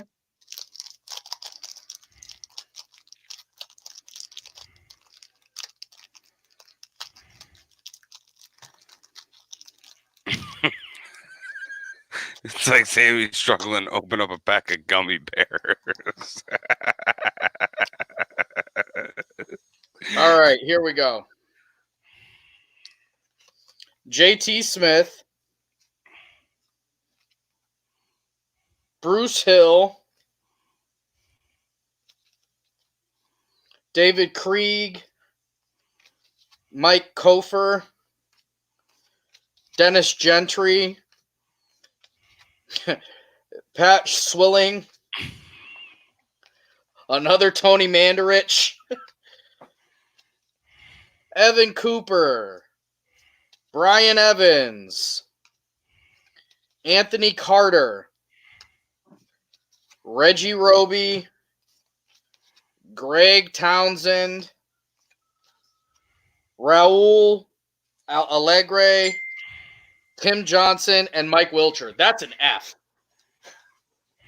I'm going to do my final pack.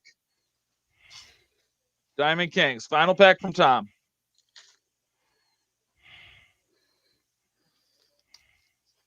Come on, you.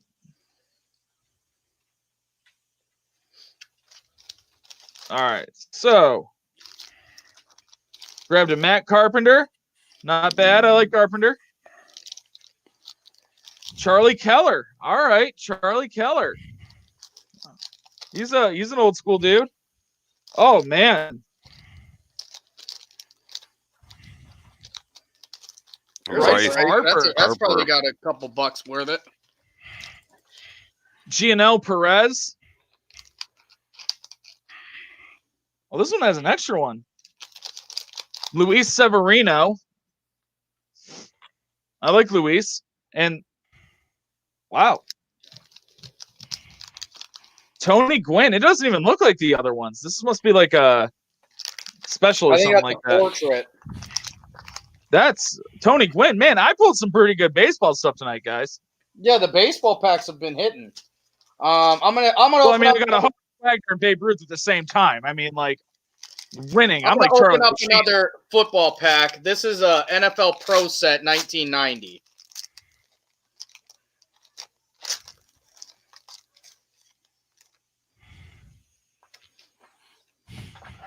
All right, Jacob Green. Ron Stark. Finally, one worth a damn. Joe Montana. Is that Montana or Montana? Montana. I said Joe Montana. Wait, pop that back up real quick. What was the Montana? We got Gary Palmer. All right, I'm just looking stuff up while you guys are doing whatever that is. We got a Super Bowl card where the Steelers beat the Rams 31-19. Jerry Ball. Daryl Grant. Pharrell Edwards. Okay. Reggie Langhorne. From the Browns, right? Mm-hmm. Okay. Morton Anderson. Another one. Oh, we got a Johnny call. Williams. It's going to be Mr. Rich. Call from Coach Rich. to accept, press. What's up, Coach Rich? Hey, I got a 2009 Tim Tebow autographed Gator flag. Nice. Yeah? Yeah. You want me to package it up and send it to you? I am Tim Tebow, and I love Gator Nation. I love Gator Nation. Oh, my God. Tim Tebow. Every time I'm talking to you guys, Tom flinches. I'm flinching, baby. Listen, Mr. Rich, I just don't like Tim Tebow. I just don't like him. I hate Tim Tebow. Tonight. I gave to my neighbor yesterday. You gave him to your neighbor, huh? Yeah, he's got 4.5 million cards. Jeez, oh man. Jesus, God. Yeah. All right. Listen, I gotta go. Bye. All right, Coach. That is Coach. Much love. All right, here we go. This is the last football pack, 1990 score. We have Raven Caldwell. He probably did, AJ. He probably signed into Buckeye Tears. Jarvis My Williams. tears. Wes Hopkins. That's not bad so far. Freeman McNeil. Mike Gain. Mark Lee. Jerry Gray. Keith Jackson. Keith Jackson, didn't he go to Ohio State? He was a tight end, right? Yeah. I feel like he went to Ohio State. I don't think he did. Dave Neggett. Tony Woods. Mike Jones. Mm-hmm. Oh, Eric Green. Anthony Johnson in the ugliest uniform in the entire world. Matt Millen, who is a commentator now. Sammy. Leonard Griffin and Sean Jones. Keith Jackson went to he went to Oklahoma. He went to Oklahoma. Okay. Yes.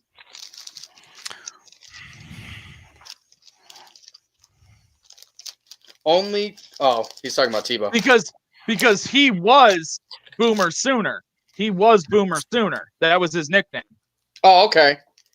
All right. So we got 3 packs. I'm just gonna kind of fly through these, guys.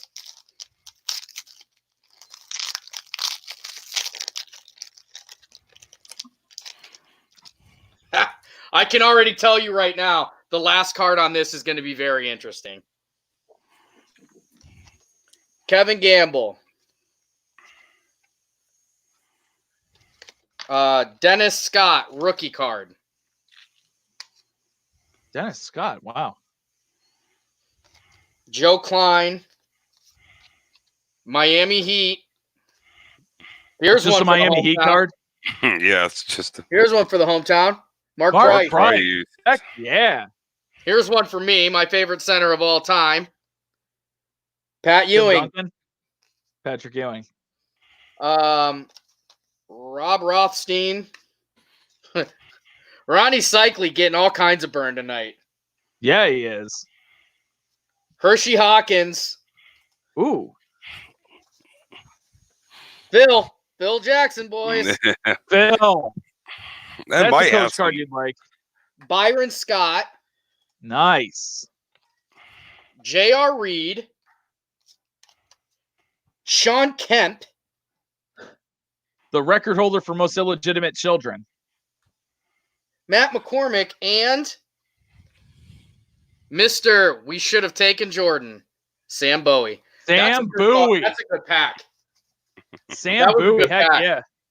Now, Sammy, was that the Trailblazers Bowie or was that the Nets Bowie? That is the Nets Bowie. So after all the leg injuries and the shame. Yeah, that is right before he retires. All right, 2 more. This one is just called NBA Hoops.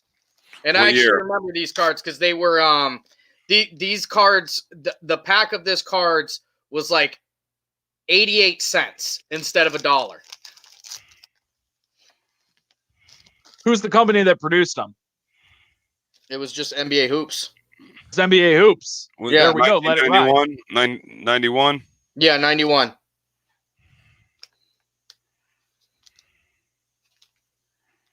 Anyway, yeah. So we got John Battle. Here's a guy. This guy was a player.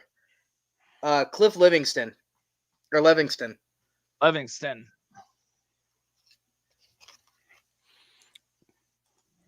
Sir Charles. And a Sixers jersey. That's a good pick. That's a good pickup. That is. Okay, so we got Glenn Rivers. Doc. How about a Gary Payton rookie card? Ooh. How about there you go. The old school Sonics jersey. Terry Porter. John Sunvold. Tim Perry with AC Green. There you go. Another rookie card. Chris Jackson changed his name to Muhammad Abdul-Rahif. Yeah, and shot over 90% on free throws one year. Started like the Gary 70-something Payton. games. Was the Gary Payton? Was he on the phone? The Mark Jackson card in this set has the Menendez brothers in the background. That would be amazing. Yes. Brendan, you are the man, dude. Just throw that out there. I love it. Dennis Rodman, Defensive Player of the Year card. Is that the Pistons, Rodman? Yeah, it is. Okay. We got Roy Hinson. This is a pack right here. Yeah, it is. Larry Bird. Very legend. Dude, I'm pretty sure that's got some value. Then we got Jack Sikma. Don Nelson. And $50. Sidney Green. That was a pack. That was a pack, dude. That was a nice pack, man. Yeah, that was a good pack right there. The Larry Bird's going on eBay for $50. Has them sitting courtside days after they killed their parents. Man, wouldn't that What a be way to great? live. Wouldn't that be What a great way to pick live. one of these up? Yeah. All right. And here's the thing I want to ask you guys. Anybody who's paying attention, particularly like Brendan Palm, because I know you know actually a lot about cards as well. So if you buy a set of cards and there is a valuable card in that set, why would the set of cards be cheaper than what that card is worth? And the reason why I ask is because this 1990 complete set that I have has a Ken Griffey card that's supposed to be worth like $300. I don't know that card is guaranteed to be in there, though. Then it wouldn't be a complete set. Well, I don't know how it works. I think it's That's a question for Eric. Yeah. That's a question for Eric. NBA Hoops card, or again, 1991. We got Gerald Henderson, Sylvester Gray. Current Gerald Henderson or his dad? It's got to be his dad. 91. Hey, Eric just chimed in. A year ago, eBay wouldn't let you sell that Mark Jackson card until about 6 months ago. Wow. That's insane. God. Shout out to Eric for everything tonight, man. Dan Marley. Charles Davis. Larry Smith. Here's one. Bill Wennington, who I didn't even know he played for the Mavericks. Oh, my God. Lester Connor. The molester. Lester. I mean, Ryan. Damn it. We got Freckles, Dennis I got to Johnson, get involved somehow here, man. Damn it, Mike Ryan. Woodson, Clyde Drexler. Nice. The Glide. Oh, a Blazers one, too. Wow. Brad Sellers. Detlef Schrempf on the Pacers. Nice. Yeah, pre-Sonics days. Cliff Levingston. Ricky Green.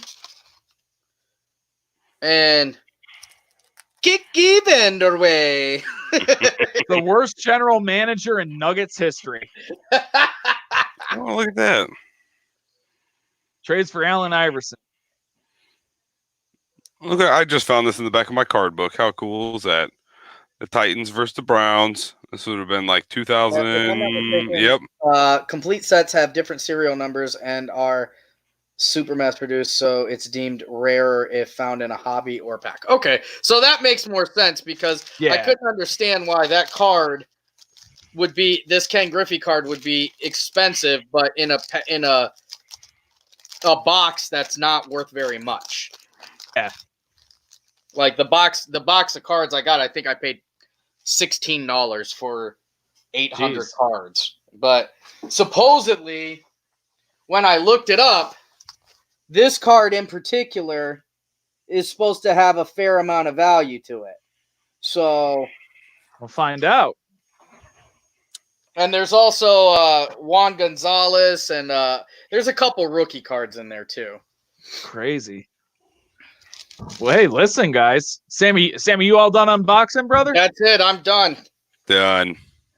Listen, guys, this was a heck of a show, man. We had some knowledge dropped on us. We had Ryan just coming in with the most crazy comment I've ever heard. Sammy and I are sweating over here from happiness. I pulled a Honus and a Babe Ruth at the same time.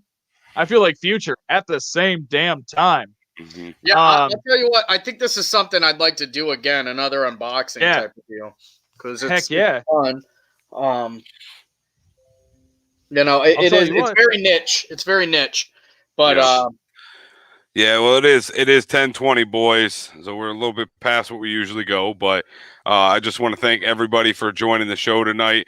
It's been entertaining, to say the least.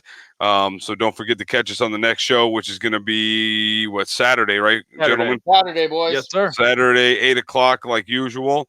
And we'll get the agenda rolling for the week or in the next 2 days here. So this is Ryan Cole. Good to see everybody. Thanks for all the love. See you guys Saturday. Hey, guys, we'll see you Saturday. It was fun. Yeah, see you guys Saturday. Hey, listen, website is dropping tomorrow, 440andgold.com. Go check it out. Nick Billman, one of our key contributors, is going to have a blog live at noon.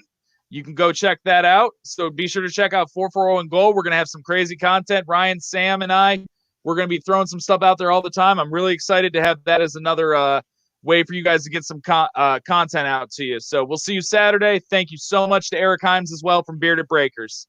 Yes, thanks, Eric. Appreciate all the information you dropped on us. So enjoy. See you guys Saturday. Thanks again. Deuces. Thanks, everybody who stuck around. Appreciate you.